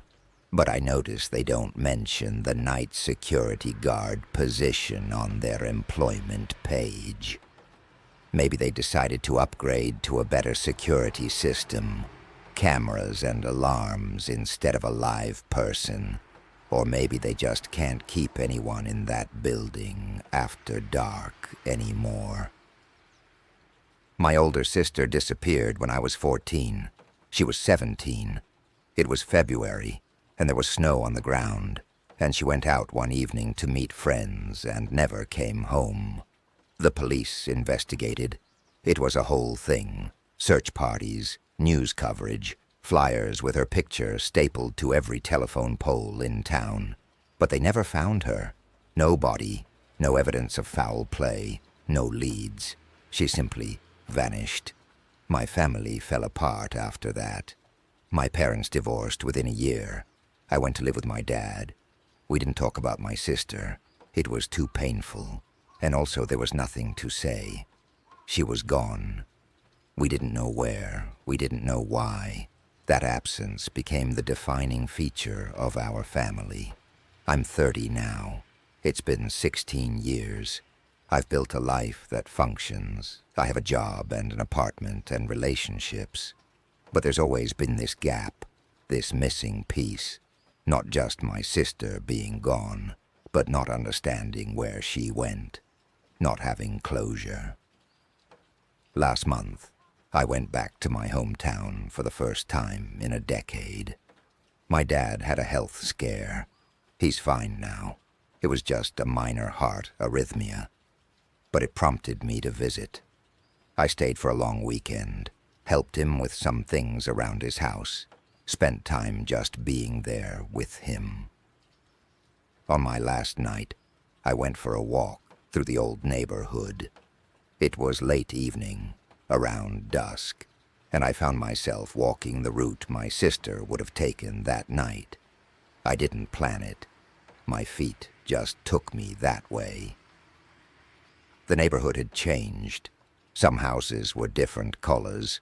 Some families had moved away, and new ones had moved in. But the basic geography was the same. The streets followed the same paths. The trees were older, but recognizable. I walked down Maple Street, where we'd lived, past the elementary school, through the park with the walking trail. That's where the trail goes cold in the police reports. Someone saw my sister entering the park around 7 p.m., and no one saw her leave. The park looked smaller than I remembered. It was just a basic neighborhood park, playground, some benches, a paved trail that looped around a small pond. Nothing ominous about it. I walked the trail slowly, looking at everything. I don't know what I was looking for. Some sign, some explanation that had been missed 16 years ago. The trail curved around the pond and into a more wooded section. The trees were bare, and the ground was covered in dead leaves. It was very quiet. And then I saw her, my sister, standing on the trail ahead of me, maybe 30 feet away, facing in my direction. She looked exactly the same as she had at 17. Same height, same build, same brown coat she'd been wearing the night she disappeared. Her hair was the same length. Everything about her was unchanged. I stopped walking. My brain couldn't process what I was seeing. Then was impossible. 16 years had passed. If my sister was alive somewhere, she'd be 33 now, not 17. She looked at me but didn't move, didn't call out, just stood there on the trail, watching me. "Sarah." My voice came out hoarse. She tilted her head slightly, like she was curious, like she was trying to remember something. I took a step toward her. She took a step back. "Sarah, it's me. It's your brother." She blinked. Then very slowly, she shook her head, and she turned and walked off the trail into the trees. I ran after her. I crashed through the bare branches and dead leaves, shouting her name. But when I got to where she'd gone into the woods, there was no one there. I searched for 20 minutes, calling out, looking everywhere. The woods weren't that deep. They only went back about 50 yards before ending at a residential street on the other side. She couldn't have gotten far, but she was gone, like she'd evaporated into the air. I went to the police station. I know how it sounds. I knew it then. A grieving brother thinks he sees his long-lost sister in the exact spot she disappeared 16 years ago. Textbook grief hallucination. But I filed a report anyway, told them what I'd seen. They were kind but skeptical. They said they'd look into it. They said they'd send an officer to check the park. I don't know if they did. I had to fly home the next day, but I couldn't stop thinking about it, about what I'd seen. When I got back to my apartment, I started going through old photos, pictures of my sister from when we were kids, from high school, from that last year before she disappeared. And I noticed something I'd never paid attention to before. In every photo, every single one, my sister isn't looking at the camera. She's always looking slightly to the side, or down, or past whoever was taking the picture, like she were looking at something no one else could see. I asked my dad about it. I called him and tried to phrase the question in a way that wouldn't upset him. Did he remember Sarah acting strange before she disappeared, seeming distant or distracted? He was quiet for a long time. Then he said, she'd been having nightmares. What kind of nightmares? She never wanted to talk about them, but they'd started a few months before. She'd wake up in the middle of the night and your mother would hear her crying in her room. When we'd ask her about it, she'd say she couldn't remember, but she was scared. I could tell she was scared. Did you ever find out what the dreams were about? No. We thought about taking her to a therapist, but then she was gone. After we hung up, I sat in my apartment for a long time thinking about this. My sister had nightmares. My sister always looked like she was seeing something other people couldn't. My sister disappeared without a trace. And 16 years later, I saw her in the same park, looking exactly the same age, looking at me like she didn't know who I was. I started researching.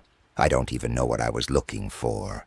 Missing persons cases in our town, unsolved disappearances, any pattern that might explain what happened. And I found something. In 1987, a teenage girl disappeared from the same park.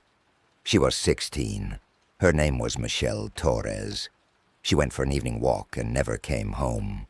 No body was ever found. In 1971, a boy disappeared from the neighborhood near the park. He was 15. Name was Daniel Rostov. Went out to ride his bike and vanished. In 1958, a girl disappeared, 14 years old. Name was Patricia Wells. I kept searching, going back further through newspaper archives and historical records. Every 12 to 16 years, going back to the 1920s, someone disappeared from that area. Always a teenager, always without a trace. The pattern was too consistent to be coincidence. I went to the police with this information. They listened but didn't seem particularly moved by it. Disappearances happen, they said, especially decades ago when investigative techniques weren't as advanced. There wasn't enough evidence to suggest a connection. But I knew there was a connection.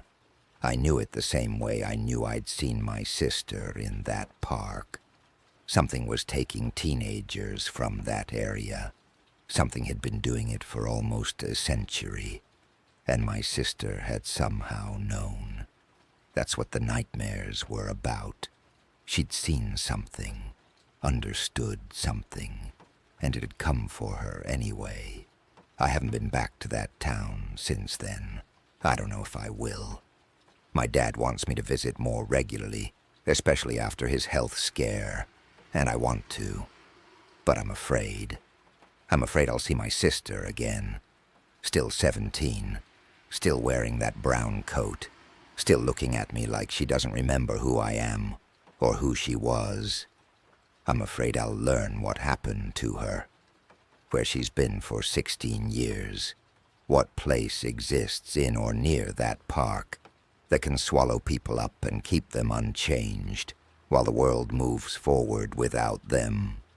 And I'm afraid, and this is the worst part, that one evening I'll find myself walking through that park again, that I'll feel compelled to walk down that trail into those woods, that whatever took my sister will decide it's my turn now, that 16 years from now, someone else will see me standing on that trail, looking exactly the same age I am right now, looking at them like I've forgotten who I am, looking at them like I'm waiting.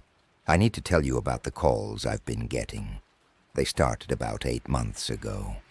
My phone would ring, always around 2 or 3 in the morning, and when I'd answer, half asleep and annoyed, there'd be silence on the other end. Not dead air, not a disconnected line. Silence with presence. The sound of someone there, listening, not speaking. After a few seconds, they'd hang up. It happened 2 or 3 times a week, always from the same number, a local area code, but not one I recognized. I tried calling it back during the day. It would ring, and no one would answer. No voicemail, just endless ringing. I blocked the number. The calls stopped for a week. Then they started again from a different number. Then another, then another. I blocked them all. More numbers would call. I stopped answering, let them go to voicemail. But that almost felt worse. Waking up in the morning and seeing I'd missed 5 calls between 2 and 4 a.m., each one leaving a 30-second voicemail of complete silence. My phone company couldn't help. The numbers weren't registered to anyone. Probably internet-based numbers, they said. Spoofed. Could be anyone calling from anywhere. I thought about changing my number, but something stopped me. The calls felt directed, personal, like whoever was calling knew me specifically.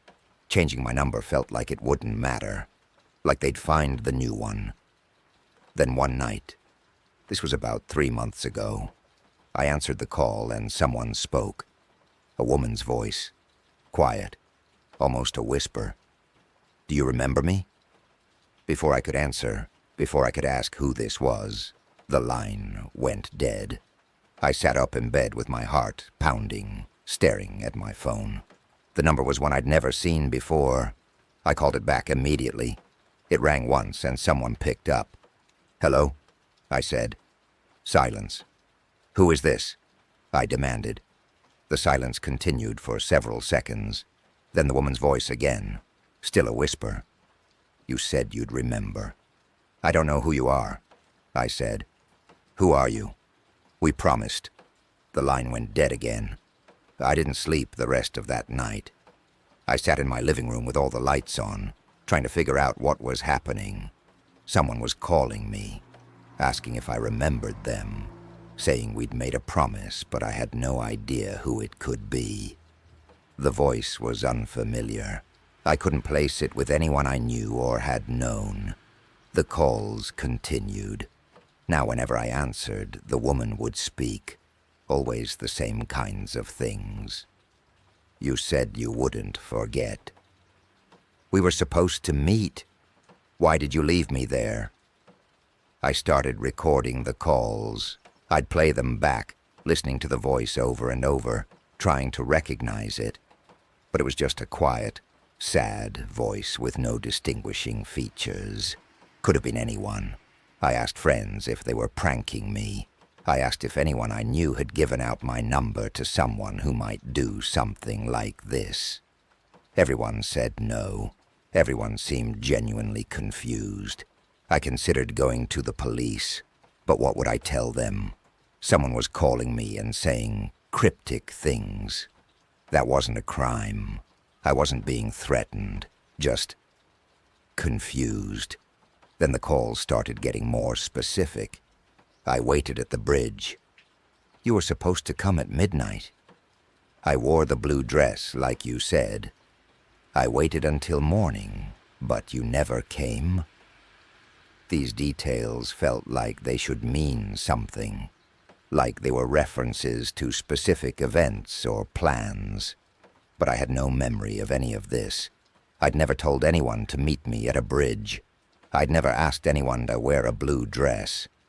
But the calls kept insisting I had, that we'd made plans, that I'd broken a promise. I waited so long. I thought maybe you'd forgotten the day. I thought maybe you'd gotten lost. But you never came. You left me there alone. The voice was starting to sound angry. Not loud, still a whisper, but with an edge of fury underneath. I stopped answering. Went back to letting the calls go to voicemail. But the messages were somehow worse than hearing the voice in real time. Why won't you answer? I know you're there. You owe me an explanation. You owe me more than that. I started losing sleep, not just from being woken up by the calls, but from anxiety about them. I'd lie awake before they even started, anticipating them, dreading them. I talked to a therapist, explained what was happening. She suggested it might be a case of mistaken identity. Someone thought I was someone else. That would explain why the caller kept referencing events I had no memory of. But if it was mistaken identity, why wouldn't the caller realize that when I kept saying I didn't know who they were? Why would they keep calling? The therapist didn't have an answer for that. Last week, something changed. I answered a call and the woman's voice was different. Not angry anymore. Sad. Defeated. I understand now, she said. Understand what? I asked. Why you didn't come. I finally understand. I don't know what you're talking about. Please just tell me who you are. You couldn't come because you're still alive. My blood went cold. What? You're still alive, she repeated. That's why you didn't meet me. That's why you broke your promise. I don't, but that's okay. I'll wait. I'm good at waiting now. I've gotten very good at it. Wait for what? For you to die. Then you'll remember. Then you'll come. The line went dead. I haven't answered the phone since then. The calls still come every night, but I let them ring. I don't listen to the voicemails. But I think about what she said, about waiting for me to die, about me remembering then, and I've started having dreams. In the dreams, I'm standing on a bridge. It's night. There's fog, and I can hear water moving below. And someone is walking toward me through the fog, a figure in a blue dress. I can't see her face, but I know she's been waiting.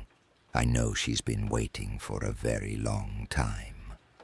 And in the dreams, I remember making a promise. I remember telling her I'd meet her at midnight on the bridge. I remember all of it with perfect clarity. But when I wake up, the memory slips away like water through my fingers. All I'm left with is the feeling, the certainty that I did make a promise, that I did fail to keep it, that somewhere, in some place, I can only reach in dreams or death. Someone is waiting for me. Someone I abandoned. Someone I left standing alone on a bridge in the dark. And every night, she calls to remind me. Every night, she calls to tell me she hasn't forgotten, even if I have. I worked at a call center for about 6 months when I was in my early 20s. It was one of those huge corporate operations, hundreds of people in cubicles, all wearing headsets, all taking calls about cable TV service issues or billing problems. The building was massive and windowless, and once you were inside, you lost all sense of time. They did that on purpose, I think. It made it easier to work long shifts. The job was soul-crushing, but the pay was okay, and I needed the money. I worked the evening shift, 3 to 11 p.m., 5 days a week. My cubicle was in Section D, which was toward the back of the building.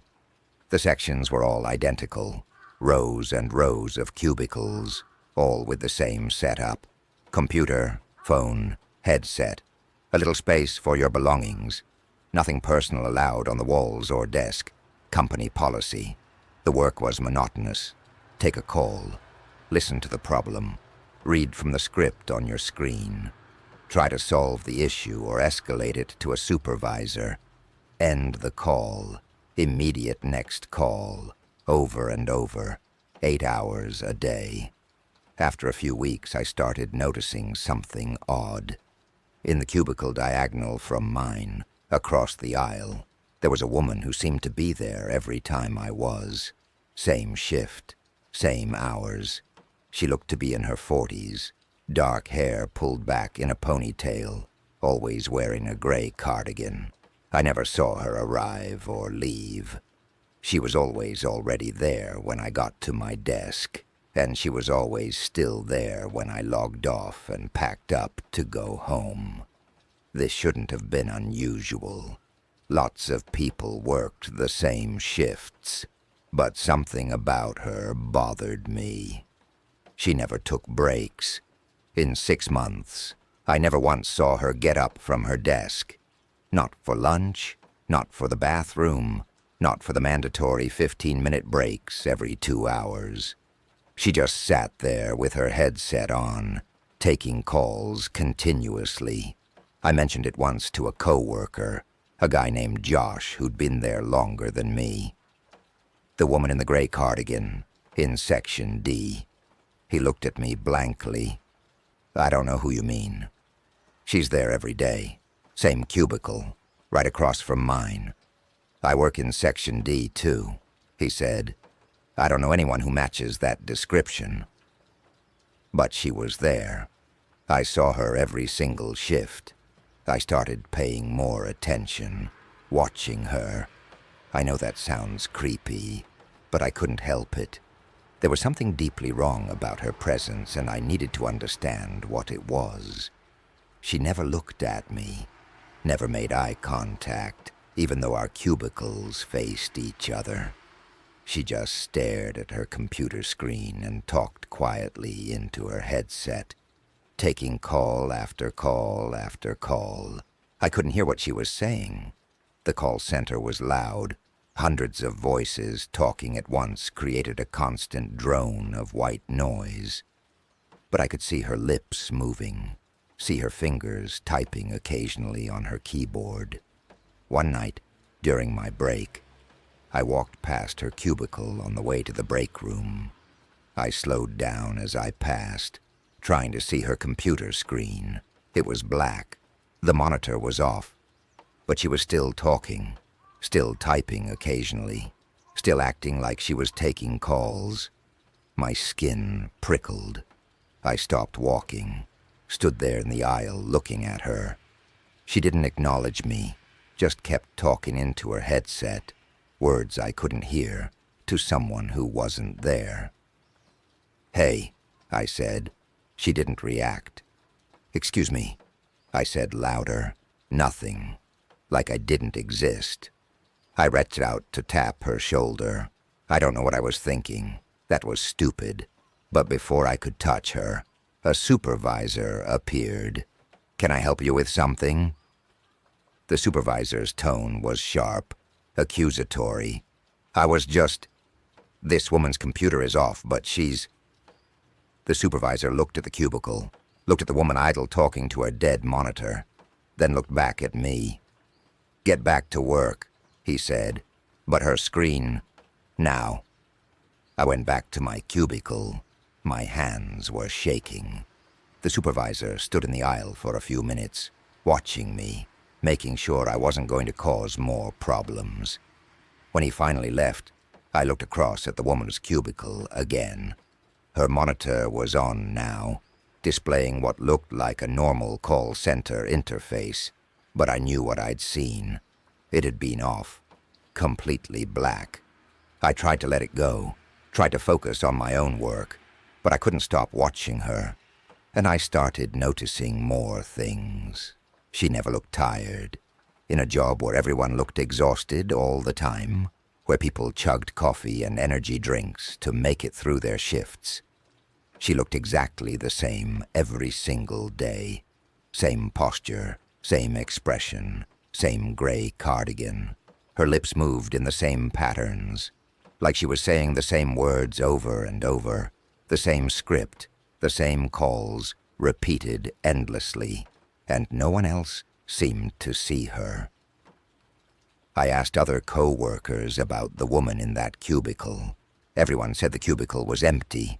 They said that desk had been unassigned for months, ever since someone quit suddenly. But she was there. I wasn't imagining her. She was real and present and wrong. One night, near the end of my shift, the call center had a power issue.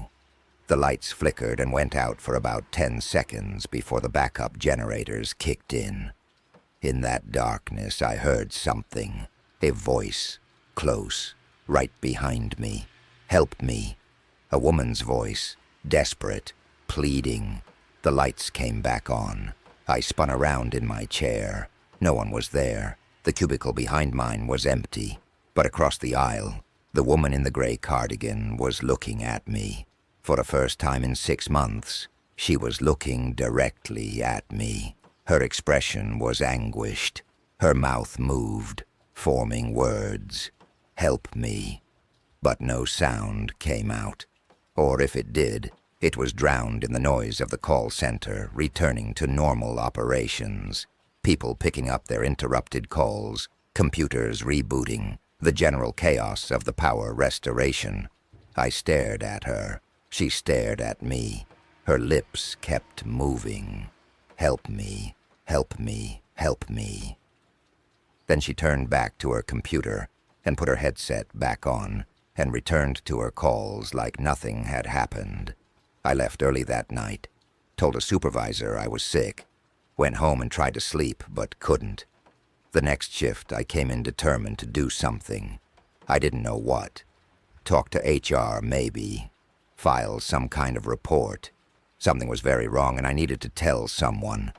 But when I got to my cubicle, the woman was gone. Her desk was empty. Completely empty. No computer, no phone, no chair. Just an empty cubicle frame.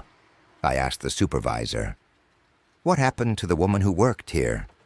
He looked at the empty cubicle. "That's been empty for months. We're short on equipment. That's why there's no setup." "No, there was a woman here yesterday. Every day. Gray cardigan." He frowned at me. "Are you feeling all right?" I'm not crazy. She was here." "I think maybe you need to take some time off. You seem stressed." I didn't take time off. I needed the job, but I requested a transfer to a different section. Section F, on the other side of the building. The transfer went through and I spent my last few months at that call center in a new cubicle, far from Section D. But sometimes during my breaks, I'd walk past Section D.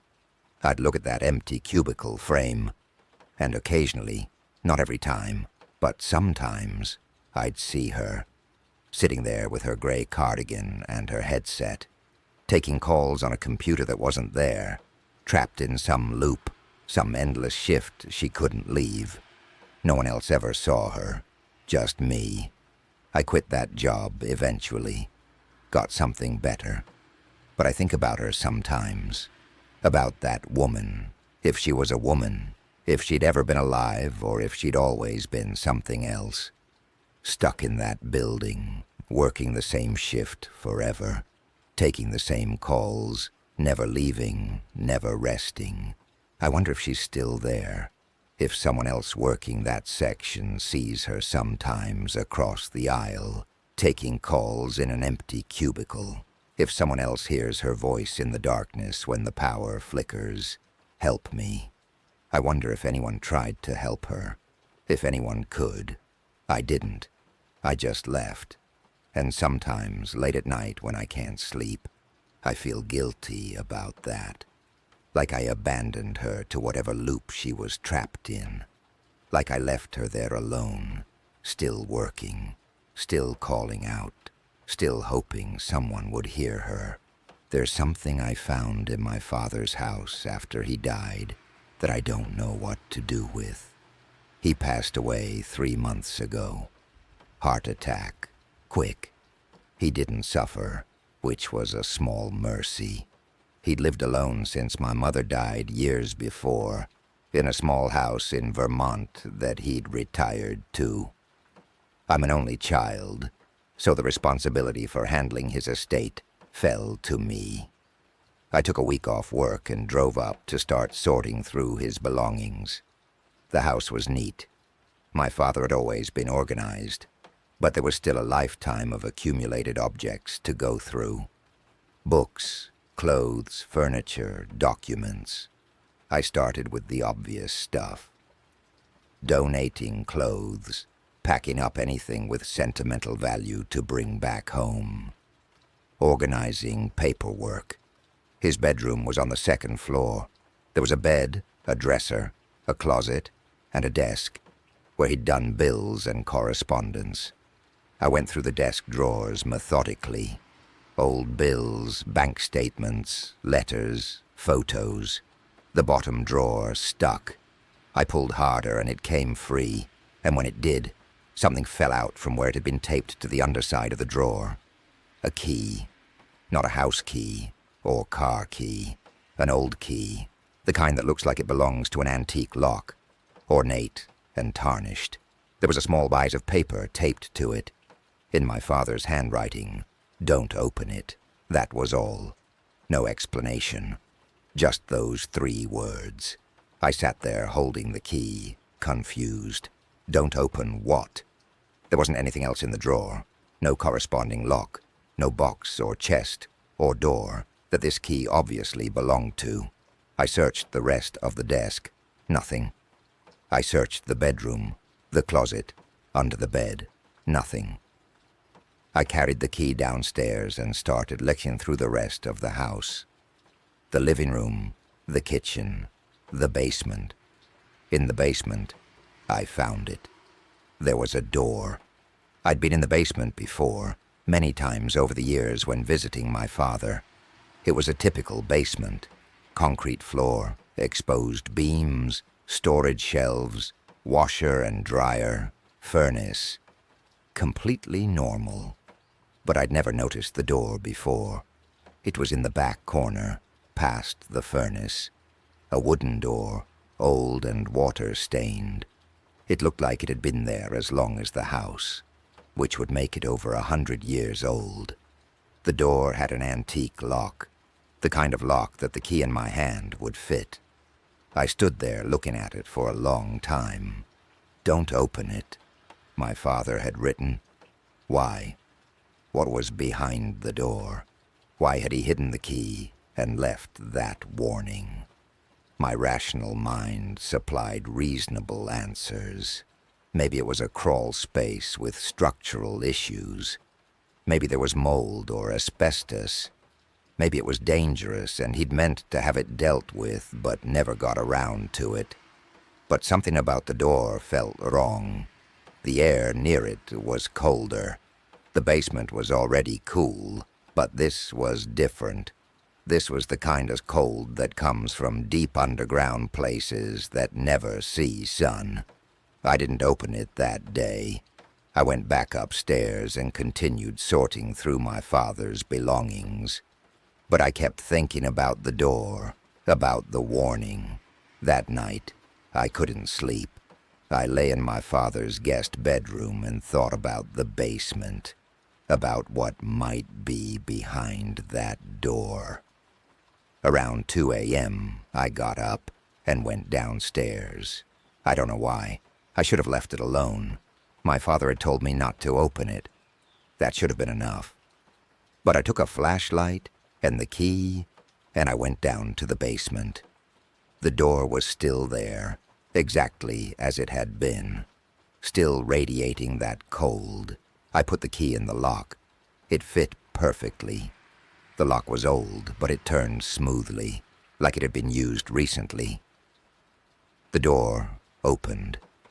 Beyond it was darkness, complete darkness that my flashlight didn't seem to penetrate properly. The beam just sort of stopped, like the darkness was thick enough to block light. I could see that there were stairs going down, stone stairs, steep and narrow. They descended into the darkness beyond the reach of my flashlight. Cold air flowed up from below, not just cold, freezing, and it smelled wrong, like earth and standing water, and something else, something organic and old. I stood at the threshold, and shined my light down, but couldn't see the bottom of the stairs, couldn't see where they led. Every instinct I had was screaming at me not to go down there, to close the door, lock it, leave the key in the basement and forget I'd ever found it. But I thought about my father, about him knowing this was here, about him keeping the key hidden and leaving that warning. What had he been protecting me from? Or what had he been protecting? I took one step down, then another. The stone was slick, and I had to brace myself against the walls. They were stone too, rough and cold and slightly damp. I counted the steps. 10, 20, 30. This was impossible. I was already below the foundation of the house, below the level of the earth outside. These stairs were going much deeper than should be possible. 40, 50. My flashlight started flickering. The batteries were new, but the light was growing weaker, like the darkness was draining it. 60, 70. I should turn back. This was insane, but I kept going. At 83 steps, I reached the bottom. The stairs opened into a chamber, not large, maybe 10 feet by 10 feet. The walls were stone. The floor was stone. There was nothing in the chamber, no furniture, no objects, just stone and that thick, heavy darkness. Except on the far wall, there was another door. This one was metal, new, relatively. It looked like it had been installed sometime in the last few decades. It had a modern lock, and it was open, just slightly, an inch or two. Enough to see that there was light beyond it. Not electric light, a pale, cold light that flickered slightly, like candlelight, but wrong. I approached the door slowly, put my hand on it. The metal was warm, not hot, but warm, which was wrong because everything else down here was freezing. I pushed it open further. Beyond it was a space I can't properly describe. It wasn't a room. It was too big to be a room. It extended in all directions, far beyond what should fit under my father's property, or under the neighborhood, or possibly under the physical space of reality as I understood it. The pale light came from sources I couldn't identify. It just existed, illuminating things I couldn't quite look at directly. Shapes that hurt to perceive, movement that didn't follow normal patterns, and there was sound, a low humming that might have been machinery or might have been breathing. Something vast, something patient. I don't know how long I stood there. Time felt different, slower or faster, or both at once. Then I heard my father's voice, clear as if he was standing next to me. I told you not to open it. Not angry, just sad, disappointed. I stumbled backward, away from the door, away from that impossible space. I pulled the metal door closed, and I heard it lock with a heavy click. Then I ran, up those 83 stone stairs, my flashlight barely working, my breath coming in gasps, through the wooden door into the basement. I slammed it closed and locked it, and stood there shaking. I went back upstairs. I didn't sleep the rest of the night. In the morning I went to the basement. The wooden door was still there, still locked. I put my ear to it and listened. I could hear something, faint, far away, that humming sound from the space beyond the metal door. I left my father's house that day, hired an estate company to finish clearing it out and handle the sale. I told them not to touch the door in the basement, told them it was sealed due to structural issues.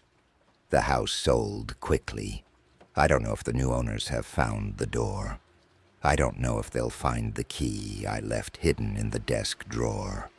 I don't know if they'll open it despite the warning. I think about what my father was doing with that space, how he knew about it, how long he'd known. if he'd ever gone through the metal door into that vast, impossible place beyond. I think about that humming sound, about the shapes I couldn't quite look at, about the movement that didn't follow normal patterns. And I think about my father's voice, sad and disappointed, telling me he'd warned me not to open it. Sometimes late at night, I swear I can still hear that humming. Very faint, like it's coming from somewhere far away but getting gradually closer. Like whatever's in that space beneath my father's house is aware now that someone opened the door, that someone saw it, like it's paying attention now, like it's waiting. I want to tell you about the time I worked at a storage facility. This was about 7 years ago. I was between jobs and needed something temporary. The storage facility was hiring for a daytime attendant position, basically just sitting in the office, renting units to people, accepting payments, making sure no one was doing anything they shouldn't be. The facility was big. One of those modern multi-story buildings in an industrial area. 5 floors, climate-controlled, security cameras everywhere. The kind of place that advertises itself as premium storage for people's valuable belongings. The job was easy, boring, but easy.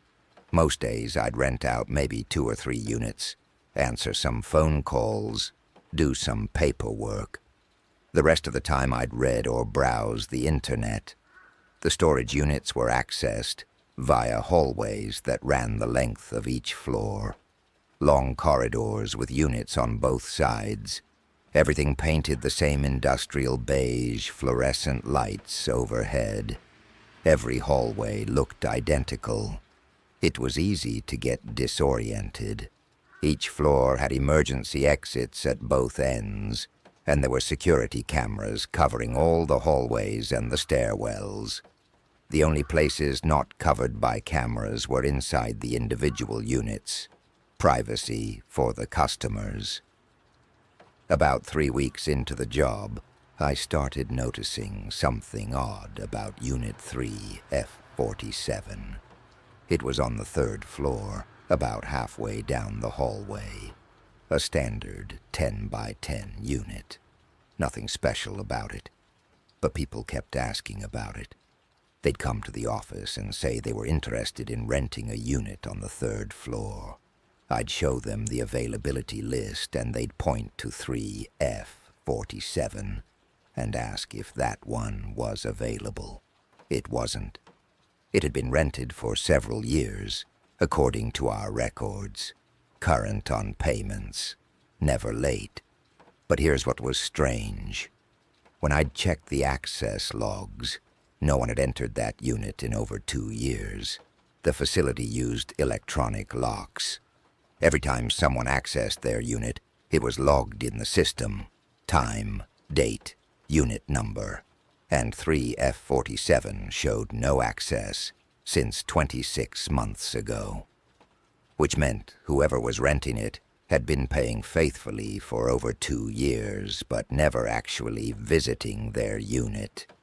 This wasn't totally unusual. Some people stored things and just forgot about them. Some people rented units for psychological security, even if they rarely accessed them. But something about this particular unit bothered me. Maybe it was how often people asked about it specifically. Or maybe it was the way they asked, like they already knew something about it, like they were looking for that particular unit. I mentioned it to my supervisor, asked if there was anything unusual about 3F47.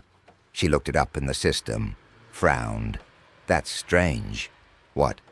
The rental name, it says occupant. That's it? Just occupant. Yeah, no actual name, no contact info on file. Payments come from an automated account. It's been set up to autopay indefinitely. Is that allowed? She shrugged. It's irregular, but the payments are always on time. I guess no one ever followed up on it. Can we open it? Check what's inside. Not without a court order or missed payments. Privacy laws. So Unit 3, F-47, remained closed. Rented to occupant. Never accessed. And people kept asking about it. I started paying attention to the people who asked, trying to see if there was a pattern. They were all different ages, genders, backgrounds. Nothing obvious connecting them, but they all had this look when they asked about the unit. Curious but nervous, like they were hoping I'd say it was available but also afraid I would. One woman, when I told her it was already rented, looked relieved. "Good," she said. "That's good. Were you looking for that specific unit?" I asked. She hesitated, then, "I had a dream about it. That probably sounds crazy." "A dream?" "I've been having the same dream for weeks. I'm in a storage unit. This storage unit. I can see the building from the outside in my dream. And when I woke up, I looked it up online, and it's real. And in the dream, I'm looking for something. I need to find something in that unit. But I can never see what it is before I wake up." She left without renting a unit. I thought about that conversation for days, about dreams leading someone to a specific storage unit. That was bizarre, unsettling. But then another person came in with the same story, a man in his 50s. He'd been dreaming about Unit 3 F-47 for months. In his dream, he had to open the unit, had to see what was inside, but he'd wake up before he could. "I know this sounds insane," he said, "but I had to come check. I had to know if this place was real." "What do you think is in the unit?" I asked. He looked uncomfortable. "I don't know, but in the dream it's important. Like my whole life depends on seeing what's inside. Like everything will make sense once I do." After he left, I pulled up the security camera footage for the 3rd floor. I wanted to see the unit, just look at it. There had to be something visible from the outside that was causing this. I scrolled through footage from the past few weeks. The hallway was mostly empty. People would occasionally walk past to access their own units, but no one stopped at 3F-47, except in one clip from a week ago. Around 3 a.m., a person appeared in the hallway. I couldn't make out much detail. The camera angle and lighting made them just a silhouette. They walked down the hallway slowly and stopped in front of 3F-47. They stood there for several minutes, not moving, just standing in front of the closed unit door. Then they turned and looked directly at the camera, right into it, like they knew exactly where it was and wanted me to see their face. But I couldn't see their face. The lighting was wrong. Or maybe it wasn't lighting. Maybe there was something about them that prevented me from seeing them clearly. They were just a dark shape, person-shaped, but wrong. They turned away from the camera and walked to the end of the hallway, and then they were gone.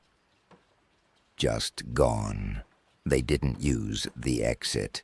They didn't enter a unit. They just ceased to be visible. I checked the exit footage and the stairwell footage. No one matching that description appeared anywhere else in the building. They'd been on the 3rd floor at 3 a.m., and then they'd vanished. I should have quit then. That would have been the smart thing to do. But I needed the job, and I convinced myself there was a rational explanation. Camera glitch, security failure, something normal. But people kept coming in asking about the unit. The dreams were spreading, or maybe they'd always been happening and only now was I aware of it. A teenage girl came in with her mother. The girl looked exhausted. "I need to know what's in Unit 3F-47, she said. It's rented. I can't tell you what's in it. Please, I can't sleep. I dream about it every night. I have to know." Her mother looked worried but didn't intervene, like she believed her daughter, like she knew this was serious. "I can't help you," I said. "I'm sorry." After they left, I made a decision. I was going to open the unit.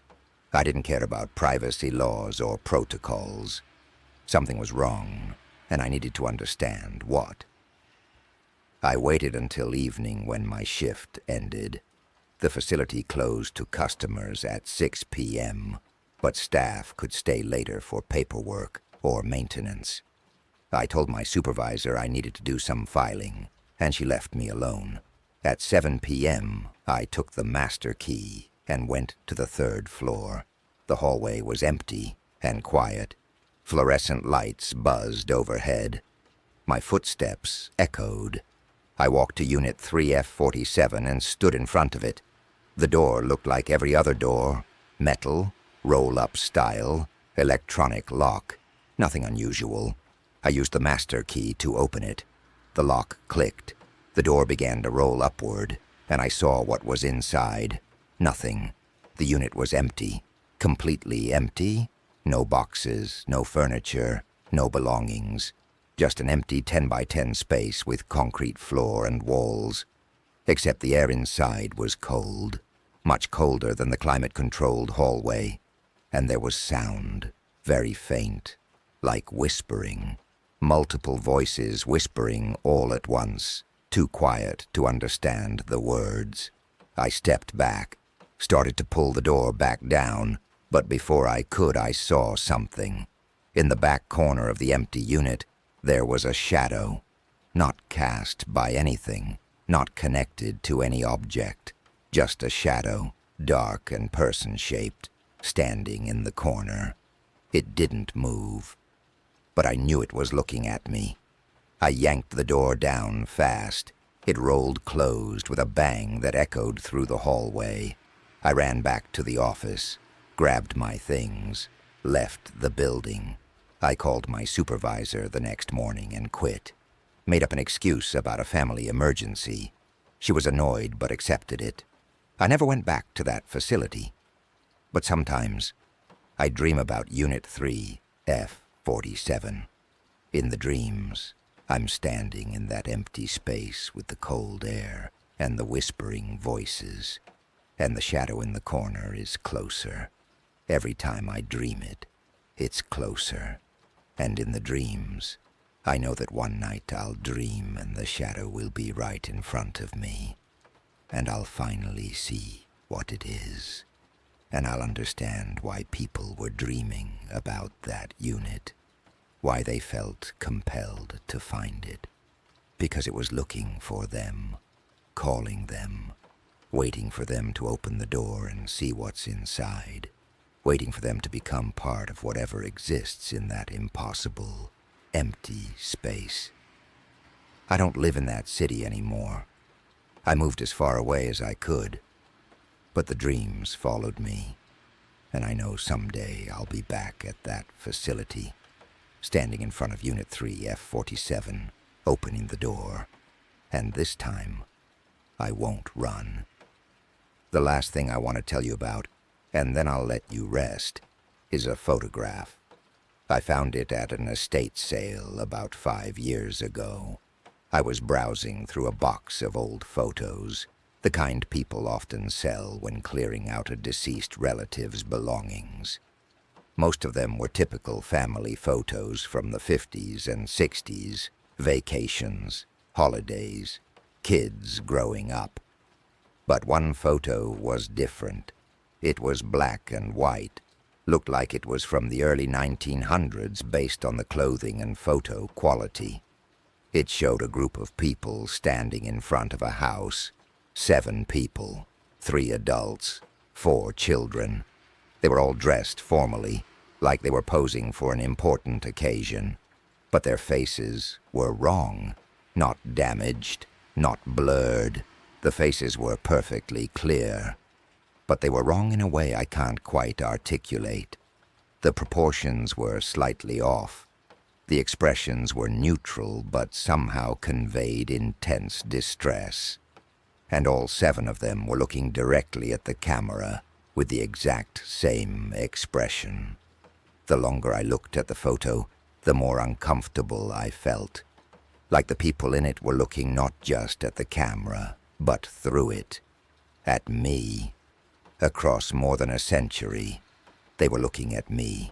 I bought the photo. I don't know why. It was only $1. The person running the estate sale seemed happy to get rid of it. I took it home and tried to research it.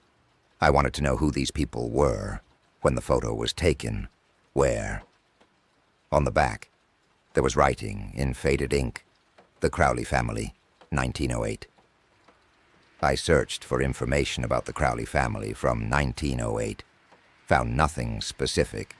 It was too common a name without more details. But I did find some information about the house in the photo. I recognized it from the distinctive architecture. It was a Victorian-style house that had been somewhat famous in the early 1900s. It was located in New Hampshire and had been built in 1872. The house burned down in 1909. Everyone inside died. Arson was suspected, but never proven. 7 people died in that fire. 3 adults, 4 children. The photo was taken a year before they all burned to death. I put the photo in a drawer. I didn't want to look at it anymore, but I thought about it constantly, about those faces, about the way they were looking through the camera, looking at me. That night I had a dream. I was standing in a Victorian house. Everything was old-fashioned. The furniture, the wallpaper, the fixtures, and I could smell smoke. The Crowley family was there, all 7 of them, standing in the parlor, looking at me with those wrong faces, those disturbing expressions. "Why did you take our picture?" the oldest man asked. "I didn't," I said. I bought it. You took it from where it was supposed to be. I'm sorry, I didn't know." The children moved closer. Their faces were worse up close. I could see that their expressions weren't actually neutral. They were screaming, silently screaming. Their faces looked neutral, but their eyes held absolute terror. "It's too late now," one of the women said. "You're in it now. You're part of it." I woke up choking. My bedroom smelled like smoke. I got up, checked the apartment. No fire, no source for the smell. But it was definitely there. Thick and acrid. The smell faded after a few minutes, but I couldn't go back to sleep. I took the photo to work with me the next day. I didn't want it in my apartment. I put it in my desk drawer at the office and tried to forget about it. But that night I dreamed again. The same Victorian house, the same family. And this time, they were angry. "You moved us," the oldest man said. "We need to be in your home." One of the children said, "We need to be close to you." I woke up, covered in sweat. My bedroom was freezing cold despite it being summer, and the photo was on my nightstand. I'd left it at the office, I was certain, but it was here now, in my apartment, sitting on my nightstand like I'd never moved it. I grabbed the photo. I was going to destroy it, burn it, tear it into pieces. Something. But when I looked at it, there were 8 people in the photo now instead of 7. Standing in the back, partially obscured by the others, was another figure. It took me several seconds to recognize them. It was me. Same clothes I'd worn that day, same face, standing with the Crowley family in 1908, looking at the camera with the same wrong expression, the same silent scream in my eyes. I dropped the photo. It landed face down on the floor. I stood there shaking, trying to understand what was happening. Finally, I bent down to pick up the photo. turned it over. 7 people again. Just the Crowley family. I wasn't in it. Maybe I'd never been in it. Maybe I'd imagined it in my panic. But the writing on the back had changed. Before, it had said, "The Crowley family, 1908. Now it said, "The Crowley family, 1908. The second date was blank, left open, like it was waiting to be filled in. I don't have the photo anymore. I left it in my apartment when I moved. Just left it sitting on the kitchen counter and walked away. Left everything else too. Furniture, dishes, most of my clothes. I just wanted to get out of that apartment and away from that photo. I don't know who lives there now. I don't know if they found the photo. If they looked at it and saw 7 people, or 8, or more. If they've started having dreams about the Victorian house and the smell of smoke. If they've found themselves standing with the Crowley family, trapped in that moment before the fire, looking out through the photo at whoever might be looking back. I still smell smoke sometimes, usually late at night when I'm almost asleep, and I dream about that house. About standing in the parlor with the family, all of us looking at someone we can't see. Someone in the future holding our photo. Someone who doesn't know yet that they're part of it now. Someone who doesn't know that the photo is looking for them, waiting for them, ready to add them to the family that died more than a century ago, but somehow never left. The photo is out there somewhere. Maybe in a drawer, maybe at another estate sale, maybe already hanging on someone's wall. Maybe you've seen it. A black and white photo from 1908. 7 people in front of a Victorian house.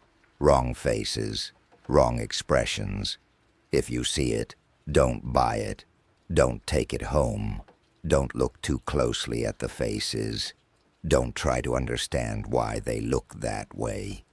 Because once you've really seen them, once you've looked long enough, you'll start to see yourself, standing there with them, part of the family, part of whatever they became when they died in that fire. Waiting for someone else to find the photo and look, waiting to add one more person to the family that never stops growing. It's very late now.